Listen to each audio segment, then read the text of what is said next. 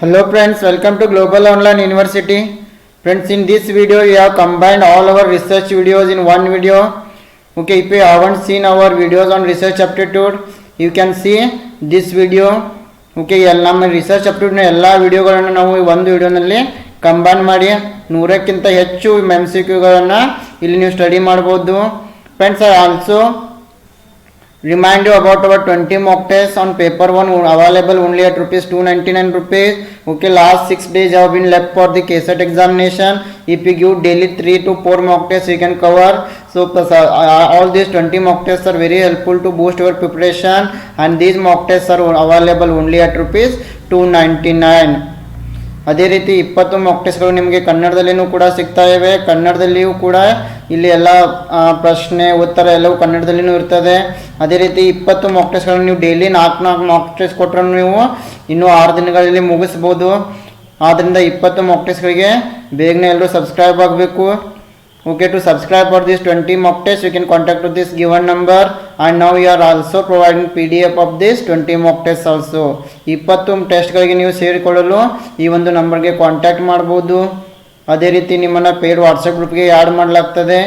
ಇಲ್ಲಿ ನೀವು PDF ಕೂಡ ಡೌನ್ಲೋಡ್ ಮಾಡ್ಕೋಬೋದು. ಇಲ್ಲಿಂದ ನೀವು ಮಾಕ್ ಟೆಸ್ಟ್ಗಳನ್ನು ಕೂಡ ನೀಡಬಹುದು. So let us move to the questions. 8- Option A helps in capital saving. Option B increases accuracy. Option C saves time. Option D both A and C. Okay, sampling ಯಾವುದಕ್ಕೆ ಪ್ರಯೋಜನಕಾರಿಯಾಗಿದೆ? Okay, option A ಬಂಡವಾಳ ಉಳಿತಾಯಕ್ಕೆ ಸಹಾಯ ಮಾಡುತ್ತದೆ. Option B ನಿಖರತೆಯನ್ನು ಹೆಚ್ಚಿಸುತ್ತದೆ. Option C ಸಮಯವನ್ನು ಉಳಿಸುತ್ತದೆ. Option D both A ಮತ್ತು ಸಿ ಎರಡು. Okay, sampling Okay, here the right answer is, okay, sampling means when you are choosing people from the given population. Okay, so sampling helps in capital saving and also increase the accuracy. So here the right answer is option D, A and C. Sampling ನಮಗೆ ಬಂಡವಾಳ ಉಳಿತಾಯಕ್ಕೆ ಸಹಾಯ ಮಾಡುತ್ತದೆ ಮತ್ತೆ ನಮ್ಮ research ಪೇಪರ್ನ ನಿಖರತೆಯನ್ನು ಕೂಡ ಇದು ಹೆಚ್ಚಿಸುತ್ತದೆ. ಆದ್ದರಿಂದ ಇಲ್ಲಿ ಸರಿಯಾದ ಉತ್ತರ ಆಪ್ಷನ್ ಡಿ, ಎ ಮತ್ತು C. Okay, sampling means it is the selection of a group of individuals from the given population. Okay, so it is known as the sampling. Here you can see here we are selecting only few members from the given population. It is known as the sampling, and this sampling represents the whole population. Please remember, sampling, it is the selection of group of people from the given population, and this sampling represents the whole population. ಈ ರೀತಿ sampling ಅಂತಂದ್ರೆ ಕೊಟ್ಟಿರುವ ಜನಸಂಖ್ಯೆಯಿಂದ okay ಆಯ್ದ ಕೆಲವೇ ಜನರನ್ನ ಆಯ್ಕೆ ಮಾಡಿಕೊಳ್ಳುವುದು. ಅದೇ ರೀತಿ ಕೆಲವೇ ಜನರು ಇಡೀ ಜನಸಂಖ್ಯೆಯನ್ನ ಪ್ರತಿನಿಧಿಸುತ್ತಾರೆ. Okay, I hope you got this. Let us move to the next question. Okay, the next second question is, concepts in research which cannot be given operational definition are known as dash concepts. Option A verbal, option B hypothetical, option C oral, option D operational. Okay, ಕಾರ್ಯಾಚರಣೆಯ ವ್ಯಾಖ್ಯಾನವನ್ನು ನೀಡಲಾಗದ ಸಂಶೋಧನೆಯಲ್ಲಿನ ಪರಿಕಲ್ಪನೆಗಳನ್ನು dash ಎಂದು ಕರೆಯುತ್ತೇವೆ. Option A verbal ಅಂದರೆ ಮೌಖಿಕ, option B ಕಾಲ್ಪನಿಕ, option C oral ಮೌಖಿಕ, option D ಕಾರ್ಯಾಚರಣೆ. Okay friends, here the right answer is option B hypothetical. Okay, please remember this. Concepts in research which cannot be operational definition are known as the hypothetical concepts. Okay, ಕಾರ್ಯಾಚರಣೆಯಲ್ಲಿ ವ್ಯಾಖ್ಯಾನವನ್ನು ನೀಡಲಾಗದ ಸಂಶೋಧನೆಯ ಪರಿಕಲ್ಪನೆಗಳನ್ನು ನಾವು ಕಾಲ್ಪನಿಕ ಪರಿಕಲ್ಪನೆಗಳು ಅಂತ ಕರಿತೀವಿ. Okay, please remember this. Okay, I hope you understood this. Let us move to the next question. Okay, random sampling is helpful as it is. Option A, an economical method of data collection. Option B, free from personal biases. Option C, reasonably accurate. Option D, all of the above. Okay, ಯಾದೃಚ್ಛಿಕ ಮಾದರಿ ಅಂದರೆ random sampling dash ಆಗಿರುವುದರಿಂದ ಸಹಾಯಕವಾಗಿದೆ. Data ಸಂಗ್ರಹಣೆಯ ಆರ್ಥಿಕ ವಿಧಾನ. Option B ವೈಯಕ್ತಿಕ ಪಕ್ಷಪಾತದಿಂದ ಮುಕ್ತ. ಆಪ್ಷನ್ ಸಿ ಸಮಂಜಸವಾಗಿ ನಿಖರ. ಆಪ್ಷನ್ ಡಿ ಮೇಲಿನ ಎಲ್ಲ. Okay friends, here the right answer is option D. All of the above is the correct answer. Okay, random sampling, it is a economic method of data collection. And also remember this, random sampling is free from personal biases, because all the people in the population are having equal chance of being selected in the sampling, and it is reasonably accurate. Okay, so here the right answer is option D, all of the above. ಯಾದೃಚ್ಛಿಕ ಮಾದರಿ ಅಂತಂದ್ರೆ ಇದು data ಸಂಗ್ರಹಣೆಯ ಒಂದು ಆರ್ಥಿಕ ವಿಧಾನವಾಗಿದೆ. ಇದು ವೈಯಕ್ತಿಕ ಪಕ್ಷಪಾತದಿಂದ ಮುಕ್ತವಾಗಿದೆ. ಇಲ್ಲಿ ಸಮಂಜಸವಾದ ನಿಖರವಾದ ಉತ್ತರ ಸಿಗ್ತದೆ. ಆದ್ದರಿಂದ ಇಲ್ಲಿ ಸರಿಯಾದ ಉತ್ತರ ಯಾವುದು? ಆಪ್ಷನ್ ಡಿ, ಮೇಲಿನ ಎಲ್ಲ. Okay, let us go to the next question. Okay, what do you mean by random sampling? Here you can see random sample, it is a subset of individuals chosen from a larger set, and in random sampling method all the individuals are having equal chance of being selected in the sample, and each individual is chosen randomly or entirely by chance, such that each individual has the same probability of being chosen at any stage during the sampling process. Okay, it means all the people are having equal chance, and each subset of individuals has the same probability of being selected in the sampling. Okay, ಇಲ್ಲಿ random sampling ನಲ್ಲಿ ಅಥವಾ ಯಾದೃಚ್ಛಿಕ ಮಾದರಿಯಲ್ಲಿ ಪ್ರತಿಯೊಬ್ಬ ವ್ಯಕ್ತಿಗಳು sample ನಲ್ಲಿ ಆಯ್ಕೆಯಾಗುವ ಒಂದು ಸಮಾನವಾದ ಅವಕಾಶವನ್ನು ಹೊಂದಿರ್ತಾರೆ. ಇಲ್ಲಿ ಜನರನ್ನ ರ್ಯಾಂಡಮ್ಲಿ ಅಂದ್ರೆ ಲಾಟ್ರಿ ವಿಧಾನ ಅಂತ ಹೇಳ್ಬೋದು, ರ್ಯಾಂಡಮ್ಲಿ ಸೆಲೆಕ್ಟ್ ಮಾಡ್ತೀವಿ. Okay, the next question is survey research studies dash. Option A circumstances, option B events, option C processes, option D populations. ಸಮೀಕ್ಷೆ ಸಂಶೋಧನಾ ಅಧ್ಯಯನಗಳು ಡ್ಯಾಶ್ ಆಗಿವೆ. ಸಂದರ್ಭಗಳು, ಘಟನೆಗಳು, ಪ್ರಕ್ರಿಯೆಗಳು, ಜನಸಂಖ್ಯೆ. Okay friends, here the right answer is option D, population. Survey research studies population. ಸಮೀಕ್ಷೆ ಸಂಶೋಧನೆ ಏನನ್ನ ಅಧ್ಯಯನ ಮಾಡ್ತದೆ? ಜನಸಂಖ್ಯೆಯನ್ನ ಅಧ್ಯಯನ ಮಾಡ್ತದೆ. ಯಾವಾಗ ಸರ್ವೆ ಮಾಡೋಕೆ ಹೋಗ್ತೀವಿ, ಜನರ ಹತ್ರ ಪ್ರಶ್ನೆಗಳನ್ನ ಕೇಳಿ ಉತ್ತರನ ಪಡೆದುಕೊಳ್ತೀವಿ. When we go for survey we are asking questions to the people, so it studies about the population. Okay, the next question is dash is a prepared sampling method for the population with finite size. Option A area sampling, option B cluster sampling, option C purposive sampling, option D systematic sampling. Dash ಎಂಬುದು ಸೀಮಿತ ಗಾತ್ರವನ್ನು ಹೊಂದಿರುವ ಜನಸಂಖ್ಯೆಗೆ ಆದ್ಯತೆಯ ಮಾದರಿ ವಿಧಾನವಾಗಿದೆ. Option A ಪ್ರದೇಶದ ಮಾದರಿ, ಆಪ್ಷನ್ ಬಿ ಕ್ಲಸ್ಟರ್ ಮಾದರಿ, ಆಪ್ಷನ್ ಸಿ ಉದ್ದೇಶಪೂರ್ವಕ ಮಾದರಿ, ಆಪ್ಷನ್ ಡಿ ವ್ಯವಸ್ಥಿತ ಮಾದರಿ. Okay friends, here the right answer is option D, systematic sampling ಅಂದರೆ ವ್ಯವಸ್ಥಿತ ಮಾದರಿ ಸರಿಯಾದ ಉತ್ತರ. Okay, please remember this. Dash is a prepared sampling method for the population with finite size. The answer is systematic sampling. Okay, systematic sampling is a type of probability sampling. Please remember it. It is a probability sampling method. Okay, here sample members from a larger population are selected according to randomly starting point but with a fixed and periodical interval. For example, imagine a class consists of 100 students.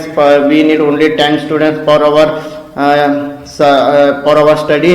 So what we are going to select the every 10th student or the students who are wearing red t-shirt. In this way randomly we are going to select, but we are following a fixed interval every 10th student, or the roll numbers like 1, 11, 21, 31 like that. Okay, we are selecting randomly, but some systematically we are going to choose this sample. Okay, ಇದಕ್ಕೆ ಏನಂತ ಕರಿತೀವಿ ನಾವು? Systematic sampling method. ಇದೊಂದು probability sampling ಆಗಿದೆ. ಇಲ್ಲಿ ನಾವು ಜನಸಂಖ್ಯೆಯನ್ನ randomly choose ಮಾಡಿದರೂ ಕೂಡ ನಾವು ಇಲ್ಲಿ ಒಂದು ಸಿಸ್ಟಮ್ಯಾಟಿಕ್ ಆಗಿ ಯೂಸ್ ಮಾಡ್ತೀವಿ. ಉದಾಹರಣೆಗೆ ಇವಾಗ 100 ವಿದ್ಯಾರ್ಥಿಗಳಿದ್ದಾರೆ ಅಂತ ತಿಳ್ಕೊಳ್ಳಿ ಕ್ಲಾಸ್ನಲ್ಲಿ. ಅವಾಗ ನಮಗೆ 10 ವಿದ್ಯಾರ್ಥಿಗಳು ಬೇಕಾದ್ರೆ ನಾವು ಏನು ಮಾಡ್ತೀವಿ? ರೋಲ್ ನಂಬರ್ 1, 11, 21, 31, 41 ಈ ರೀತಿ 10 ವಿದ್ಯಾರ್ಥಿಗಳನ್ನ ಒಂದು ಸಿಸ್ಟಮ್ಯಾಟಿಕ್ ವೇನಲ್ಲಿ ಸೆಲೆಕ್ಟ್ ಮಾಡ್ತೀವಿ. I hope you understood this. Let us move to the next question. In research, reliability is the quality of measurement procedure that provides Option A, punctuality and accuracy. Option B, repeatability and accuracy. Option C, accuracy and speed. Option D, speed and repeatability, which is true about the reliability. Okay. ಸಂಶೋಧನೆಯಲ್ಲಿ ವಿಶ್ವಾಸಾರ್ಹತೆಯು ಒದಗಿಸುವ ಮಾಪನ ಕಾರ್ಯವಿಧಾನದ ಗುಣಮಟ್ಟವಾಗಿದೆ. Okay, ಇದರ ಅರ್ಥ ವಿಶ್ವಾಸಾರ್ಹತೆ, reliability ಅಂದರೆ ಅದರ ಅರ್ಥ. ಉದಾಹರಣೆ ಆಪ್ಷನ್ ಎ ಸಮಯ ಪ್ರಜ್ಞೆ ಮತ್ತು ನಿಖರತೆ. ಆಪ್ಷನ್ ಬಿ ಪುನರಾವರ್ತನೆ ಮತ್ತು ನಿಖರತೆ. ಆಪ್ಷನ್ ಸಿ ನಿಖರತೆ ಮತ್ತು ವೇಗ. ಆಪ್ಷನ್ ಡಿ ವೇಗ ಮತ್ತು ಪುನರಾವರ್ತನೀಯತೆ. Okay friends, here the right answer is option B, repeatability and accuracy. Okay, this is the quality of measurement procedure that provides reliability. Okay, ಪುನರಾವರ್ತನೆ ಮತ್ತು ನಿಖರತೆ ಸರಿಯಾದ ಉತ್ತರ. Okay, please remember this. Let us go to the next question. Snowball sampling is the process of selecting a sample using option A networks, option B groups, option C snowballs, option D computer programs. Okay, snowball sampling ಅನ್ನು ಬಳಸಿಕೊಂಡು ಮಾದರಿಯನ್ನು ಆಯ್ಕೆ ಮಾಡುವ ಪ್ರಕ್ರಿಯೆ. Option A ನೆಟ್ವರ್ಕ್ಗಳು, option B ಗುಂಪುಗಳು, option C snowballs, option D computer programs. Okay, here the right answer is option B groups. Okay, snowball sampling is the process of selecting a sample using groups. Okay, ಇಲ್ಲಿ ಸರಿಯಾದ ಉತ್ತರ ಗುಂಪುಗಳು. Okay, please remember this. Snowball sampling related to groups. Okay, here you can see the definition. Snowball sampling is known as the network or chain sampling. Please remember this. It is also known as the network sampling or chain referral sampling. And in this sample, first 1 or 2 persons in the population are selected, and we will ask them to identify further persons. Okay, a researcher is going to select 2 or 3 members from population, then he will ask those members to select further people for the research. So this is known as the snowball sampling. Okay, let us move to the next question. Okay, workshop is meant for hands-on experience, listening to scholarly lectures, learning with interaction, discussing over one's own work. ಕಾರ್ಯಾಗಾರವನ್ನು ಉದ್ದೇಶಿಸಲಾಗಿದೆ. Option A ಅನುಭವದ ಮೇಲೆ ಕೈ. Option B ವಿದ್ವತ್ತಪೂರ್ವ ಉಪನ್ಯಾಸಗಳನ್ನು ಆಲಿಸುವುದು. Option C ಪರಸ್ಪರ ಕ್ರಿಯೆಯೊಂದಿಗೆ ಕಲಿಯುವುದು. ಒಬ್ಬರ ಸ್ವಂತ ಕೆಲಸದ ಬಗ್ಗೆ ಚರ್ಚಿಸುವುದು. Okay, which is true about workshop? The right answer is option B, listening to scholarly lectures. Okay, this is the right answer. ವಿದ್ವತ್ಪೂರ್ಣ ವಿಪನ್ಯಾಸಗಳನ್ನು ಆಲಿಸುವುದು ಇದು ಸರಿಯಾದ ಉತ್ತರ. Okay, let us move to the next question. Okay, the term used to describe when a research measures the variable or dimension it is supposed to measure is option A validity, option B reliability, option C dependability, option D suitability. ಸಂಶೋಧನೆ ಮಾಡಿದಾಗ ವಿವರಿಸಲು ಬಳಸುವ ಪದ ಅದು variable ಅಥವಾ ಆಯಾಮವನ್ನು ಅಳೆಯಬೇಕಿದೆ ಅಥವಾ ಅಳೆಯುತ್ತದೆ. ಮಾನ್ಯತೆ, ವಿಶ್ವಾಸಾರ್ಹತೆ, ಅವಲಂಬನೆ, ಸೂಕ್ತತೆ. Friends, here the right answer is option A validity. as we all know it is the term validity is the term used to describe when a research measures the variable, okay, or dimension it is supposed to measure. That is validity. ಮಾನ್ಯತೆ ಸರಿಯಾದ ಉತ್ತರ. Okay, let us move to the next question. Which research seeks to uncover cause and effect relationships? Option A fundamental research, option B experimental research, option C action research, option D lottery research. ಕಾರಣ ಮತ್ತು ಪರಿಣಾಮದ ಸಂಬಂಧಗಳನ್ನು ಬಹಿರಂಗಪಡಿಸಲು ಯಾವ ಸಂಶೋಧನೆ ಪ್ರಯತ್ನಿಸುತ್ತದೆ? ಮೂಲಭೂತ ಸಂಶೋಧನೆ, ಪ್ರಾಯೋಗಿಕ ಸಂಶೋಧನೆ, ಕ್ರಿಯಾ ಸಂಶೋಧನೆ, ಲಾಟರಿ ಸಂಶೋಧನೆ. Okay friends, here the right answer is experimental research is the correct answer. Okay, experimental research, this will explain about the cause and effect relationship. Okay, ಪ್ರಾಯೋಗಿಕ ಸಂಶೋಧನೆ ಕಾರಣ ಮತ್ತು ಪರಿಣಾಮದ ಸಂಬಂಧಗಳನ್ನು ವಿವರಿಸುತ್ತದೆ. Okay, experimental research, it is a study that strictly adheres to a scientific research design. Please remember this. And experimental research includes hypothesis, a variable that can be manipulated by the researcher. Please remember this. A question may arise here. Which type of research includes variable manipulated by the researcher is known as the experimental research. Please remember this. And variables that can be measured, calculated, and also compared. And one more thing, experimental research is completed in a controlled environment. Please remember this also. Experimental research is completed in a controlled environment. Okay, let us move to the next question. Objectivity in research implies option A, exact judgment of truth. Option B, findings consistent with reality. Option C, inter-researcher agreement. Option D methodological sophistication. ಸಂಶೋಧನೆಯಲ್ಲಿ ವಸ್ತುನಿಷ್ಠತೆ ಏನನ್ನು ಸೂಚಿಸುತ್ತದೆ?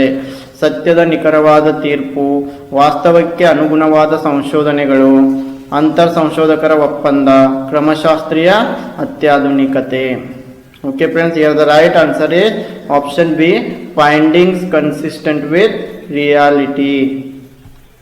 Okay, here the right answer is option B, finding consistent with the reality.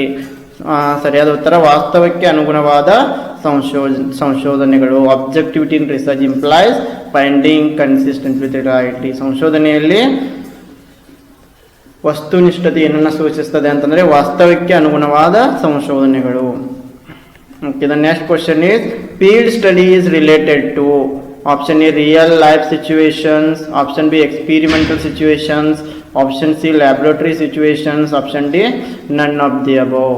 Okay, ಕ್ಷೇತ್ರ ಅಧ್ಯಯನ ಏನನ್ನ ಸೂಚಿಸ್ತದೆ, ಯಾವುದಕ್ಕೆ ಸಂಬಂಧಿಸಿದೆ ಅಂದರೆ ನಿಜ ಜೀವನದ ಸಂದರ್ಭಗಳು, ಪ್ರಾಯೋಗಿಕ ಸಂದರ್ಭಗಳು, ಪ್ರಯೋಗಾಲಯ ಸಂದರ್ಭಗಳು, ಮೇಲಿನ ಯಾವುದೂ ಅಲ್ಲ. Okay, the right answer is option A, real life situations. Field study is related to real life situations. ಕ್ಷೇತ್ರ ಅಧ್ಯಯನ ನಿಜ ಜೀವನದ ಸಂದರ್ಭಗಳಿಗೆ ಸಂಬಂಧಪಟ್ಟಿದೆ. Okay, the next question is which of the following methods is based on probability? Okay, which is the probability sampling method? Option A, convenience sampling. Option B is quota sampling. Option C, judgment sampling. Option D, stratified sampling. I hope you got the answer. Okay, ಈ ಕೆಳಗಿನ ಯಾವ ವಿಧಾನವು ಸಂಭವನೀಯತೆಯನ್ನು ಆಧರಿಸಿದೆ? Option A ಅನುಕೂಲಕರ ಮಾದರಿ, ಕೋಟಾ ಮಾದರಿ, ತೀರ್ಪು ಮಾದರಿ, ಶ್ರೇಣೀಕೃತ ಮಾದರಿ. Okay friends, here the right answer is stratified sampling method is known as the probability sampling method. Okay, ಶ್ರೇಣೀಕೃತ ಮಾದರಿಯನ್ನು ನಾವು ಯಾದೃಚ್ಛಿಕ ಮಾದರಿ ಅಥವಾ ಸಂಭವನೀಯತೆ ಮಾದರಿ ವಿಧಾನ ಅಂತ ಕರಿತೀವಿ. And these are convenience, quota, judgment or non-probability sampling methods. Okay, the next question is qualitative research is option A, without any purposes. Option B, primarily concerned with in-depth exploration of phenomena. Option C, deals with the collection and analysis of numerical data. Option D, none of the above. ಗುಣಾತ್ಮಕ ಸಂಶೋಧನೆ. Option A, ಯಾವುದೇ ನಿರ್ದಿಷ್ಟ ಉದ್ದೇಶವಿಲ್ಲದೆ. Option B, ಮುಖ್ಯವಾಗಿ ವಿದ್ಯಮಾನಗಳ ಆಳವಾದ ಪರಿಶೋಧನೆಗೆ ಸಂಬಂಧಿಸಿದೆ. Option C, ಸಂಖ್ಯಾತ್ಮಕ ದತ್ತಾಂಶಗಳ ಸಂಗ್ರಹ ಮತ್ತು ವಿಶ್ಲೇಷಣೆಯೊಂದಿಗೆ ವ್ಯವಹರಿಸುತ್ತದೆ. ಆಪ್ಷನ್ ಡಿ, ಯಾವುದೂ ಅಲ್ಲ. Okay friends, here the correct answer for qualitative research is it is concerned with in-depth exploration of the phenomena. It gives deep explanation about the concept. Okay, ಗುಣಾತ್ಮಕ ಸಂಶೋಧನೆ ವಿದ್ಯಮಾನಗಳ ಒಂದು ಆಳವಾದ ಜ್ಞಾನವನ್ನು ನೀಡುತ್ತದೆ, ಆಳವಾದ ಪರಿಶೋಧನೆಗೆ ಸಂಬಂಧಿಸಿದೆ. Okay, let us move to the next question. Okay, which of the following is essentially an academic meeting? Option A, colloquium. Option B, conference. Option C, symposium. Option D, none of the above. ಈ ಕೆಳಗಿನವುಗಳಲ್ಲಿ ಯಾವುದು ಮೂಲಭೂತವಾಗಿ ಒಂದು ಶೈಕ್ಷಣಿಕ ಸಭೆಯಾಗಿದೆ? ಕೊಲೋಕ್ವಿಯಂ, ಸಮ್ಮೇಳನ, ವಿಚಾರ ಸಂಕಿರಣ, ಮೇಲಿನ ಯಾವುದು ಅಲ್ಲ. Okay friends, the right answer is option A, colloquium is known as the academic meeting. ಈ ಕೊಲೋಕ್ವಿಯಂ ಅನ್ನು ಒಂದು ಶೈಕ್ಷಣಿಕ ಸಭೆಯಾಗಿದೆ. Okay, an academic seminar usually led by a different lecturer and on a different topic at each meeting. Similarly, a tutorial led by students as in the case of question is, when a research problem is related to heterogeneous, okay, heterogeneous population, the most suitable method is, okay, if our research problem is related to heterogeneous population, then which is the most suitable method of sampling, okay. First one is cluster sampling, second one is stratified sampling, third one is convenient sampling, fourth one is lottery method, okay. When the population is heterogeneous, which sampling method is useful, okay. If you see in Kannada, ಸಂಶೋಧನಾ ಸಮಸ್ಯೆಯು ವೈವಿಧ್ಯಮಯ ಜನಸಂಖ್ಯೆಗೆ ಅಂದರೆ heterogeneous ಪಾಪ್ಯುಲೇಷನ್ಗೆ ಸಂಬಂಧಿಸಿದಾಗ ಅತ್ಯಂತ ಸೂಕ್ತವಾದ ವಿಧಾನ ಯಾವುದು? Cluster ವಿಧಾನ, ಶ್ರೇಣೀಕೃತ ಮಾದರಿ ವಿಧಾನ, ಅನುಕೂಲಕರ ಮಾದರಿ ವಿಧಾನ, ಲಾಟರಿ ವಿಧಾನ. Okay friends, here the right answer is stratified sampling method, okay. If the population is heterogeneous, not homogeneous, then we should go for stratified sampling method, okay. ಆವಾಗ ನಮ್ಮ ಜನಸಂಖ್ಯೆ ಹೆಟ್ರೋಜಿನಿಯಸ್ ಆಗಿರ್ತದೆ, ಆವಾಗ ನಾವೇನು ಮಾಡ್ತೀವಿ, ಸ್ಟ್ರಾಟಿಫೈಡ್ ಸ್ಯಾಂಪ್ಲಿಂಗ್ ಮೆಥಡನ್ನು ಯೂಸ್ ಮಾಡಬೇಕಾಗ್ತದೆ, okay. What do you mean by stratified sampling method? It is a method of sampling from population can be partitioned into subpopulation. Please remember this, okay. In stratified sampling method, the whole population is divided into subpopulation, okay. Then by using random sampling, the sample will be selected, okay. In statistical surveys, when subpopulations within an overall population vary, it could be advantageous to sample each subpopulation independently, okay. ಯಾವಾಗ ನಾವು ಇಡೀ ಜನಸಂಖ್ಯೆಯನ್ನು ಬೇರೆ ಬೇರೆ ಸಬ್ ಪಾಪ್ಯುಲೇಷನ್ಗಳಾಗಿ, ಬೇರೆ ಬೇರೆ ಸಬ್ ಗ್ರೂಪ್ಗಳನ್ನಾಗಿ ವಿಂಗಡಣೆ ಮಾಡಿ ಅದರಲ್ಲಿ ಸಿಂಪಲ್ ರ್ಯಾಂಡಮನ್ನು ಬಳಸಿ ನಾವು ಸೆಲೆಕ್ಟ್ ಮಾಡ್ತೀವಲ್ಲ, ಅದಕ್ಕೆ ನಾವು ಏನಂತ ಕರಿತೀವಿ, stratified sampling method, okay.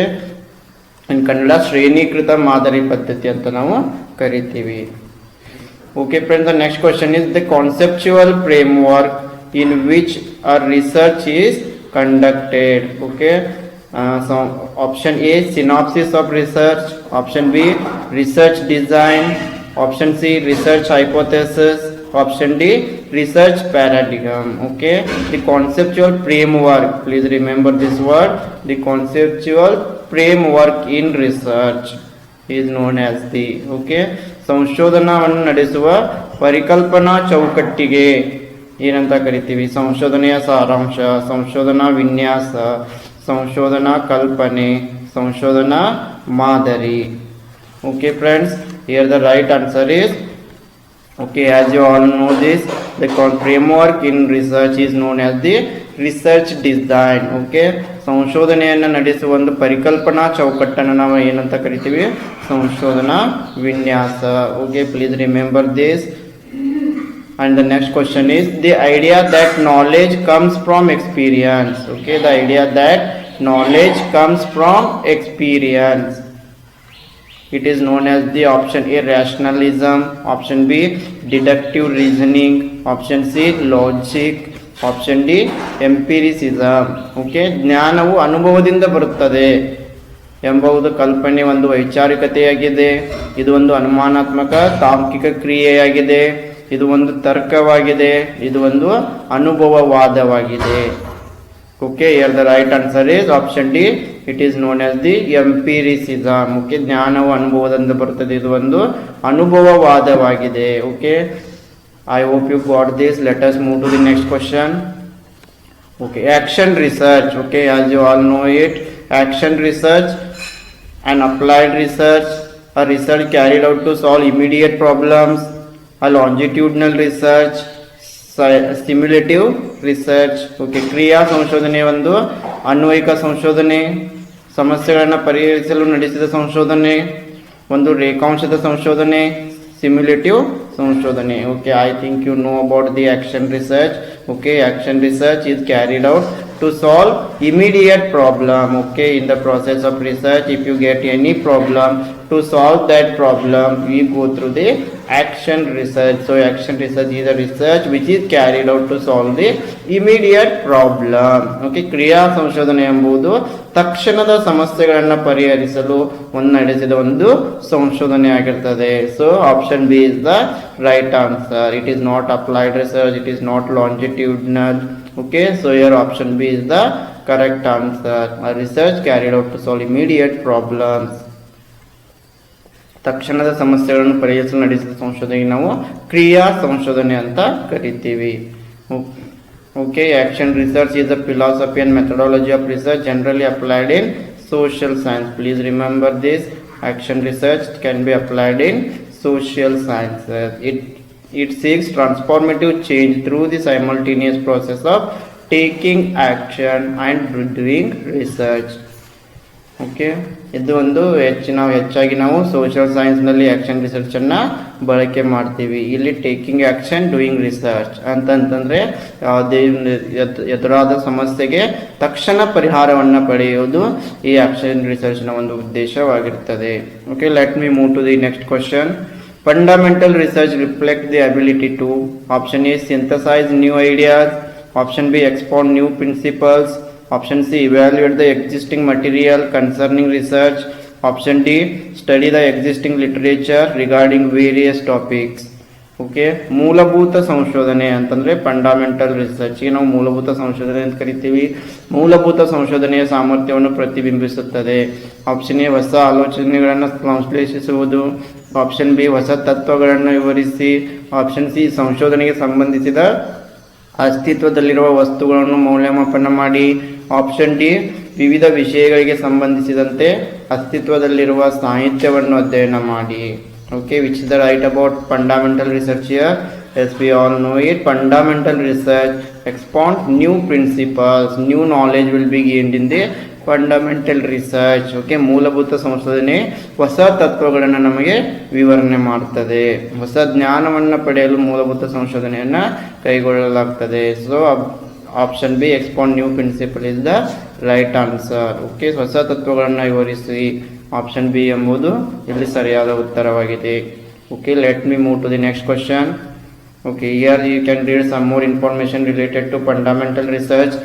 Okay, it is an experimental or theoretical work, okay, undertaken to acquire new knowledge. Please remember this. To gain new knowledge, we go through the fundamental research. ನಾವು ಹೊಸ ಜ್ಞಾನವನ್ನು ಪಡೆಯಲು ನಾವು ಮೂಲಭೂತ ಸಂಶೋಧನೆಯನ್ನು ಕೈಗೊಳ್ತೀವಿ. Increase our scientific knowledge base for research. Okay, ಇಲ್ಲಿ ನಮಗೆ ಒಂದು ಸೈಂಟಿಫಿಕ್ ಜ್ಞಾನದ ಅನುಭವ ಕೂಡ ಆಗ್ತದೆ. And it has no immediate or planned application. Please remember this. Fundamental research has no immediate or planned application. A question may arise from here. Okay, ಇಲ್ಲಿ ಯಾವುದು ಕೂಡ ನಮಗೆ ಇಮಿಡಿಯೇಟ್ ಆಗಿ ಆ್ಯಕ್ಷನ್ ಸಿಗೋದಿಲ್ಲ, ಅಪ್ಲಿಕೇಶನ್ ಆಗೋದಿಲ್ಲ. ಓಕೆ, ಮೂಲಭೂತ ಸಂಶೋಧನೆ ಎಂಬುದು ತಕ್ಷಣ ಅಪ್ಲೈ ಆಗೋದಿಲ್ಲ. May later result in further research, ಆದರೆ ಮತ್ತೊಂದು ಬೇರೆ ಸಂಶೋಧನೆಗೆ ಇದು ನಮಗೆ ಸಹಾಯವನ್ನು ಮಾಡ್ತದೆ. Okay, I hope you got this. Let us move to the next question. Which scientific method is a bottom-up approach or generative approach to research? Okay, which scientific method is a bottom-up or generative approach to research? Deductive method, inductive method, hypothesis method, pattern method. ಯಾವ ವೈಜ್ಞಾನಿಕ ವಿಧಾನವು bottom up ಅಥವಾ ಸಂಶೋಧನೆಗೆ ಉತ್ಪಾದಕ ವಿಧಾನವಾಗಿದೆ?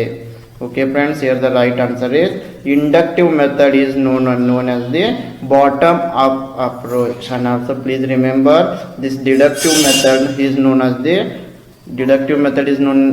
the top down approach, and inductive method is known as the bottom up approach. Okay, ನಾವು inductive method ಅನ್ನ ಏನಂತ ಕರಿತೀವಿ? ಬಾಟಮ್ ಅಪ್ ಅಪ್ರೋಚ್ ಅಂತ ಕರಿತೀವಿ. ಇದನ್ನ ಇಂಗ್ಲೀಷ್ನಲ್ಲಿ ಏನು ನೆನಪಿಡಿ, ಇಂಡಕ್ಟಿವ್ ಮೆಥಡನ್ನು ನಾವು ಬಾಟಮ್ ಅಪ್ ಅಪ್ರೋಚ್ ಅಂತ ಕರಿತೀವಿ. Okay, let me move to the next question. Okay, inductive research approach, inductive reasoning works the other way, moving from scientific observation to broader generalisation are theories. Okay friends, please remember this. In inductive approach we are moving from observation to theories. Okay, here in inductive reasoning we are moving from observation to generalization. Okay, informally we sometimes call this a bottom up approach. Okay, conclusion is likely based on premises, involves a degree of uncertainty. Okay, please remember all this information. Inductive research approach, it is a bottom up approach, and here we are moving from observation to theories. Okay, here you can see observe, for example, observation, pattern, tentative hypothesis, then theory. It means we are moving from observation to theory. Okay, let me move to the inductive research ಇದು ನಮಗೆ ಇಲ್ಲಿ ನಾವು observation ಇಂದ ಥಿಯರಿಯನ್ನ ಕಂಡುಹಿಡಿಯಲು ಹೋಗ್ತೀವಿ. ಇದಕ್ಕೆ ನಾವು ಏನಂತ ಕರಿತೀವಿ, ಬಾಟಮ್ ಅಪ್ ಅಪ್ರೋಚ್ ಅಂತ ಕರಿತೀವಿ. Okay, the next question is the depth of any research can be judged by. The depth of any research can be judged by option A, title of the research, option B, objectives of the research, option C, total expenditure on the research, option D, duration of the research. ಯಾವುದೇ ಸಂಶೋಧನೆಯ ಆಳವನ್ನು ನಿರ್ಣಯಿಸಬಹುದು. ಸಂಶೋಧನೆಯ ಶೀರ್ಷಿಕೆ, ಸಂಶೋಧನೆಯ ಉದ್ದೇಶಗಳು, ಸಂಶೋಧನೆಯ ಒಟ್ಟು ಖರ್ಚು, ಸಂಶೋಧನೆಯ ಅವಧಿ. Okay, the depth of any research can be judged by its objectives of the research. Please remember this, the depth of any research. Okay, we can judge by its objectives. So ಯಾವುದೇ ಸಂಶೋಧನೆಯ ಆಳವನ್ನು ನಾವು ನಿರ್ಣಯಿಸಲು ಸಂಶೋಧನೆಯ ಉದ್ದೇಶಗಳನ್ನು ನೋಡಬೇಕಾಗ್ತದೆ. Okay, let us move to the next question. Okay, the next question is the accuracy of the research process depends upon the option A, unbiased attitude of researchers, option B, the sample size, option C, the research method adopted, option D, all of the above. ಸಂಶೋಧನಾ ಪ್ರಕ್ರಿಯೆಯ ನಿಖರತೆಯ ಏನನ್ನು ಅವಲಂಬಿಸಿರ್ತದೆ? ಸಂಶೋಧಕರ ಪಕ್ಷಪಾತವಿಲ್ಲದ ವರ್ತನೆ, ಮಾದರಿ ಗಾತ್ರ, ಸಂಶೋಧನಾ ವಿಧಾನವನ್ನು ಅಳವಡಿಸಿಕೊಳ್ಳಲಾಗಿದೆ, ಆಪ್ಷನ್ ಡಿ ಮೇಲಿನ ಎಲ್ಲ. Okay friends, here the right answer is option D, all of the above. The accuracy of the research process depends on unbiased attitude of researchers, the sample size, and also the research method, which research method the researcher is going to adopt. Okay, the accuracy of the research, it can be judged by all these. Okay, so option D is the right answer. Okay, ಸಂಶೋಧನಾ ಪ್ರಕ್ರಿಯೆ ನಿಖರತೆಯನ್ನು ನಾವು ಸಂಶೋಧಕರ ವರ್ತನೆ, ಮಾದರಿ ಗಾತ್ರ, ಸಂಶೋಧನಾ ವಿಧಾನ ಎಲ್ಲಗಳ ಮೇಲೆ ನಾವು ಆಧಾರವಾಗಿರೋದ್ರಿಂದ ಆಪ್ಷನ್ ಡಿ ಸರಿಯಾದ ಉತ್ತರ. Okay friends, the next question is good research questions are. Okay, clear. Okay, 4 options are there. ಉತ್ತಮ ಸಂಶೋಧನಾ ಪ್ರಶ್ನೆಗಳು. Let me go to the answer directly.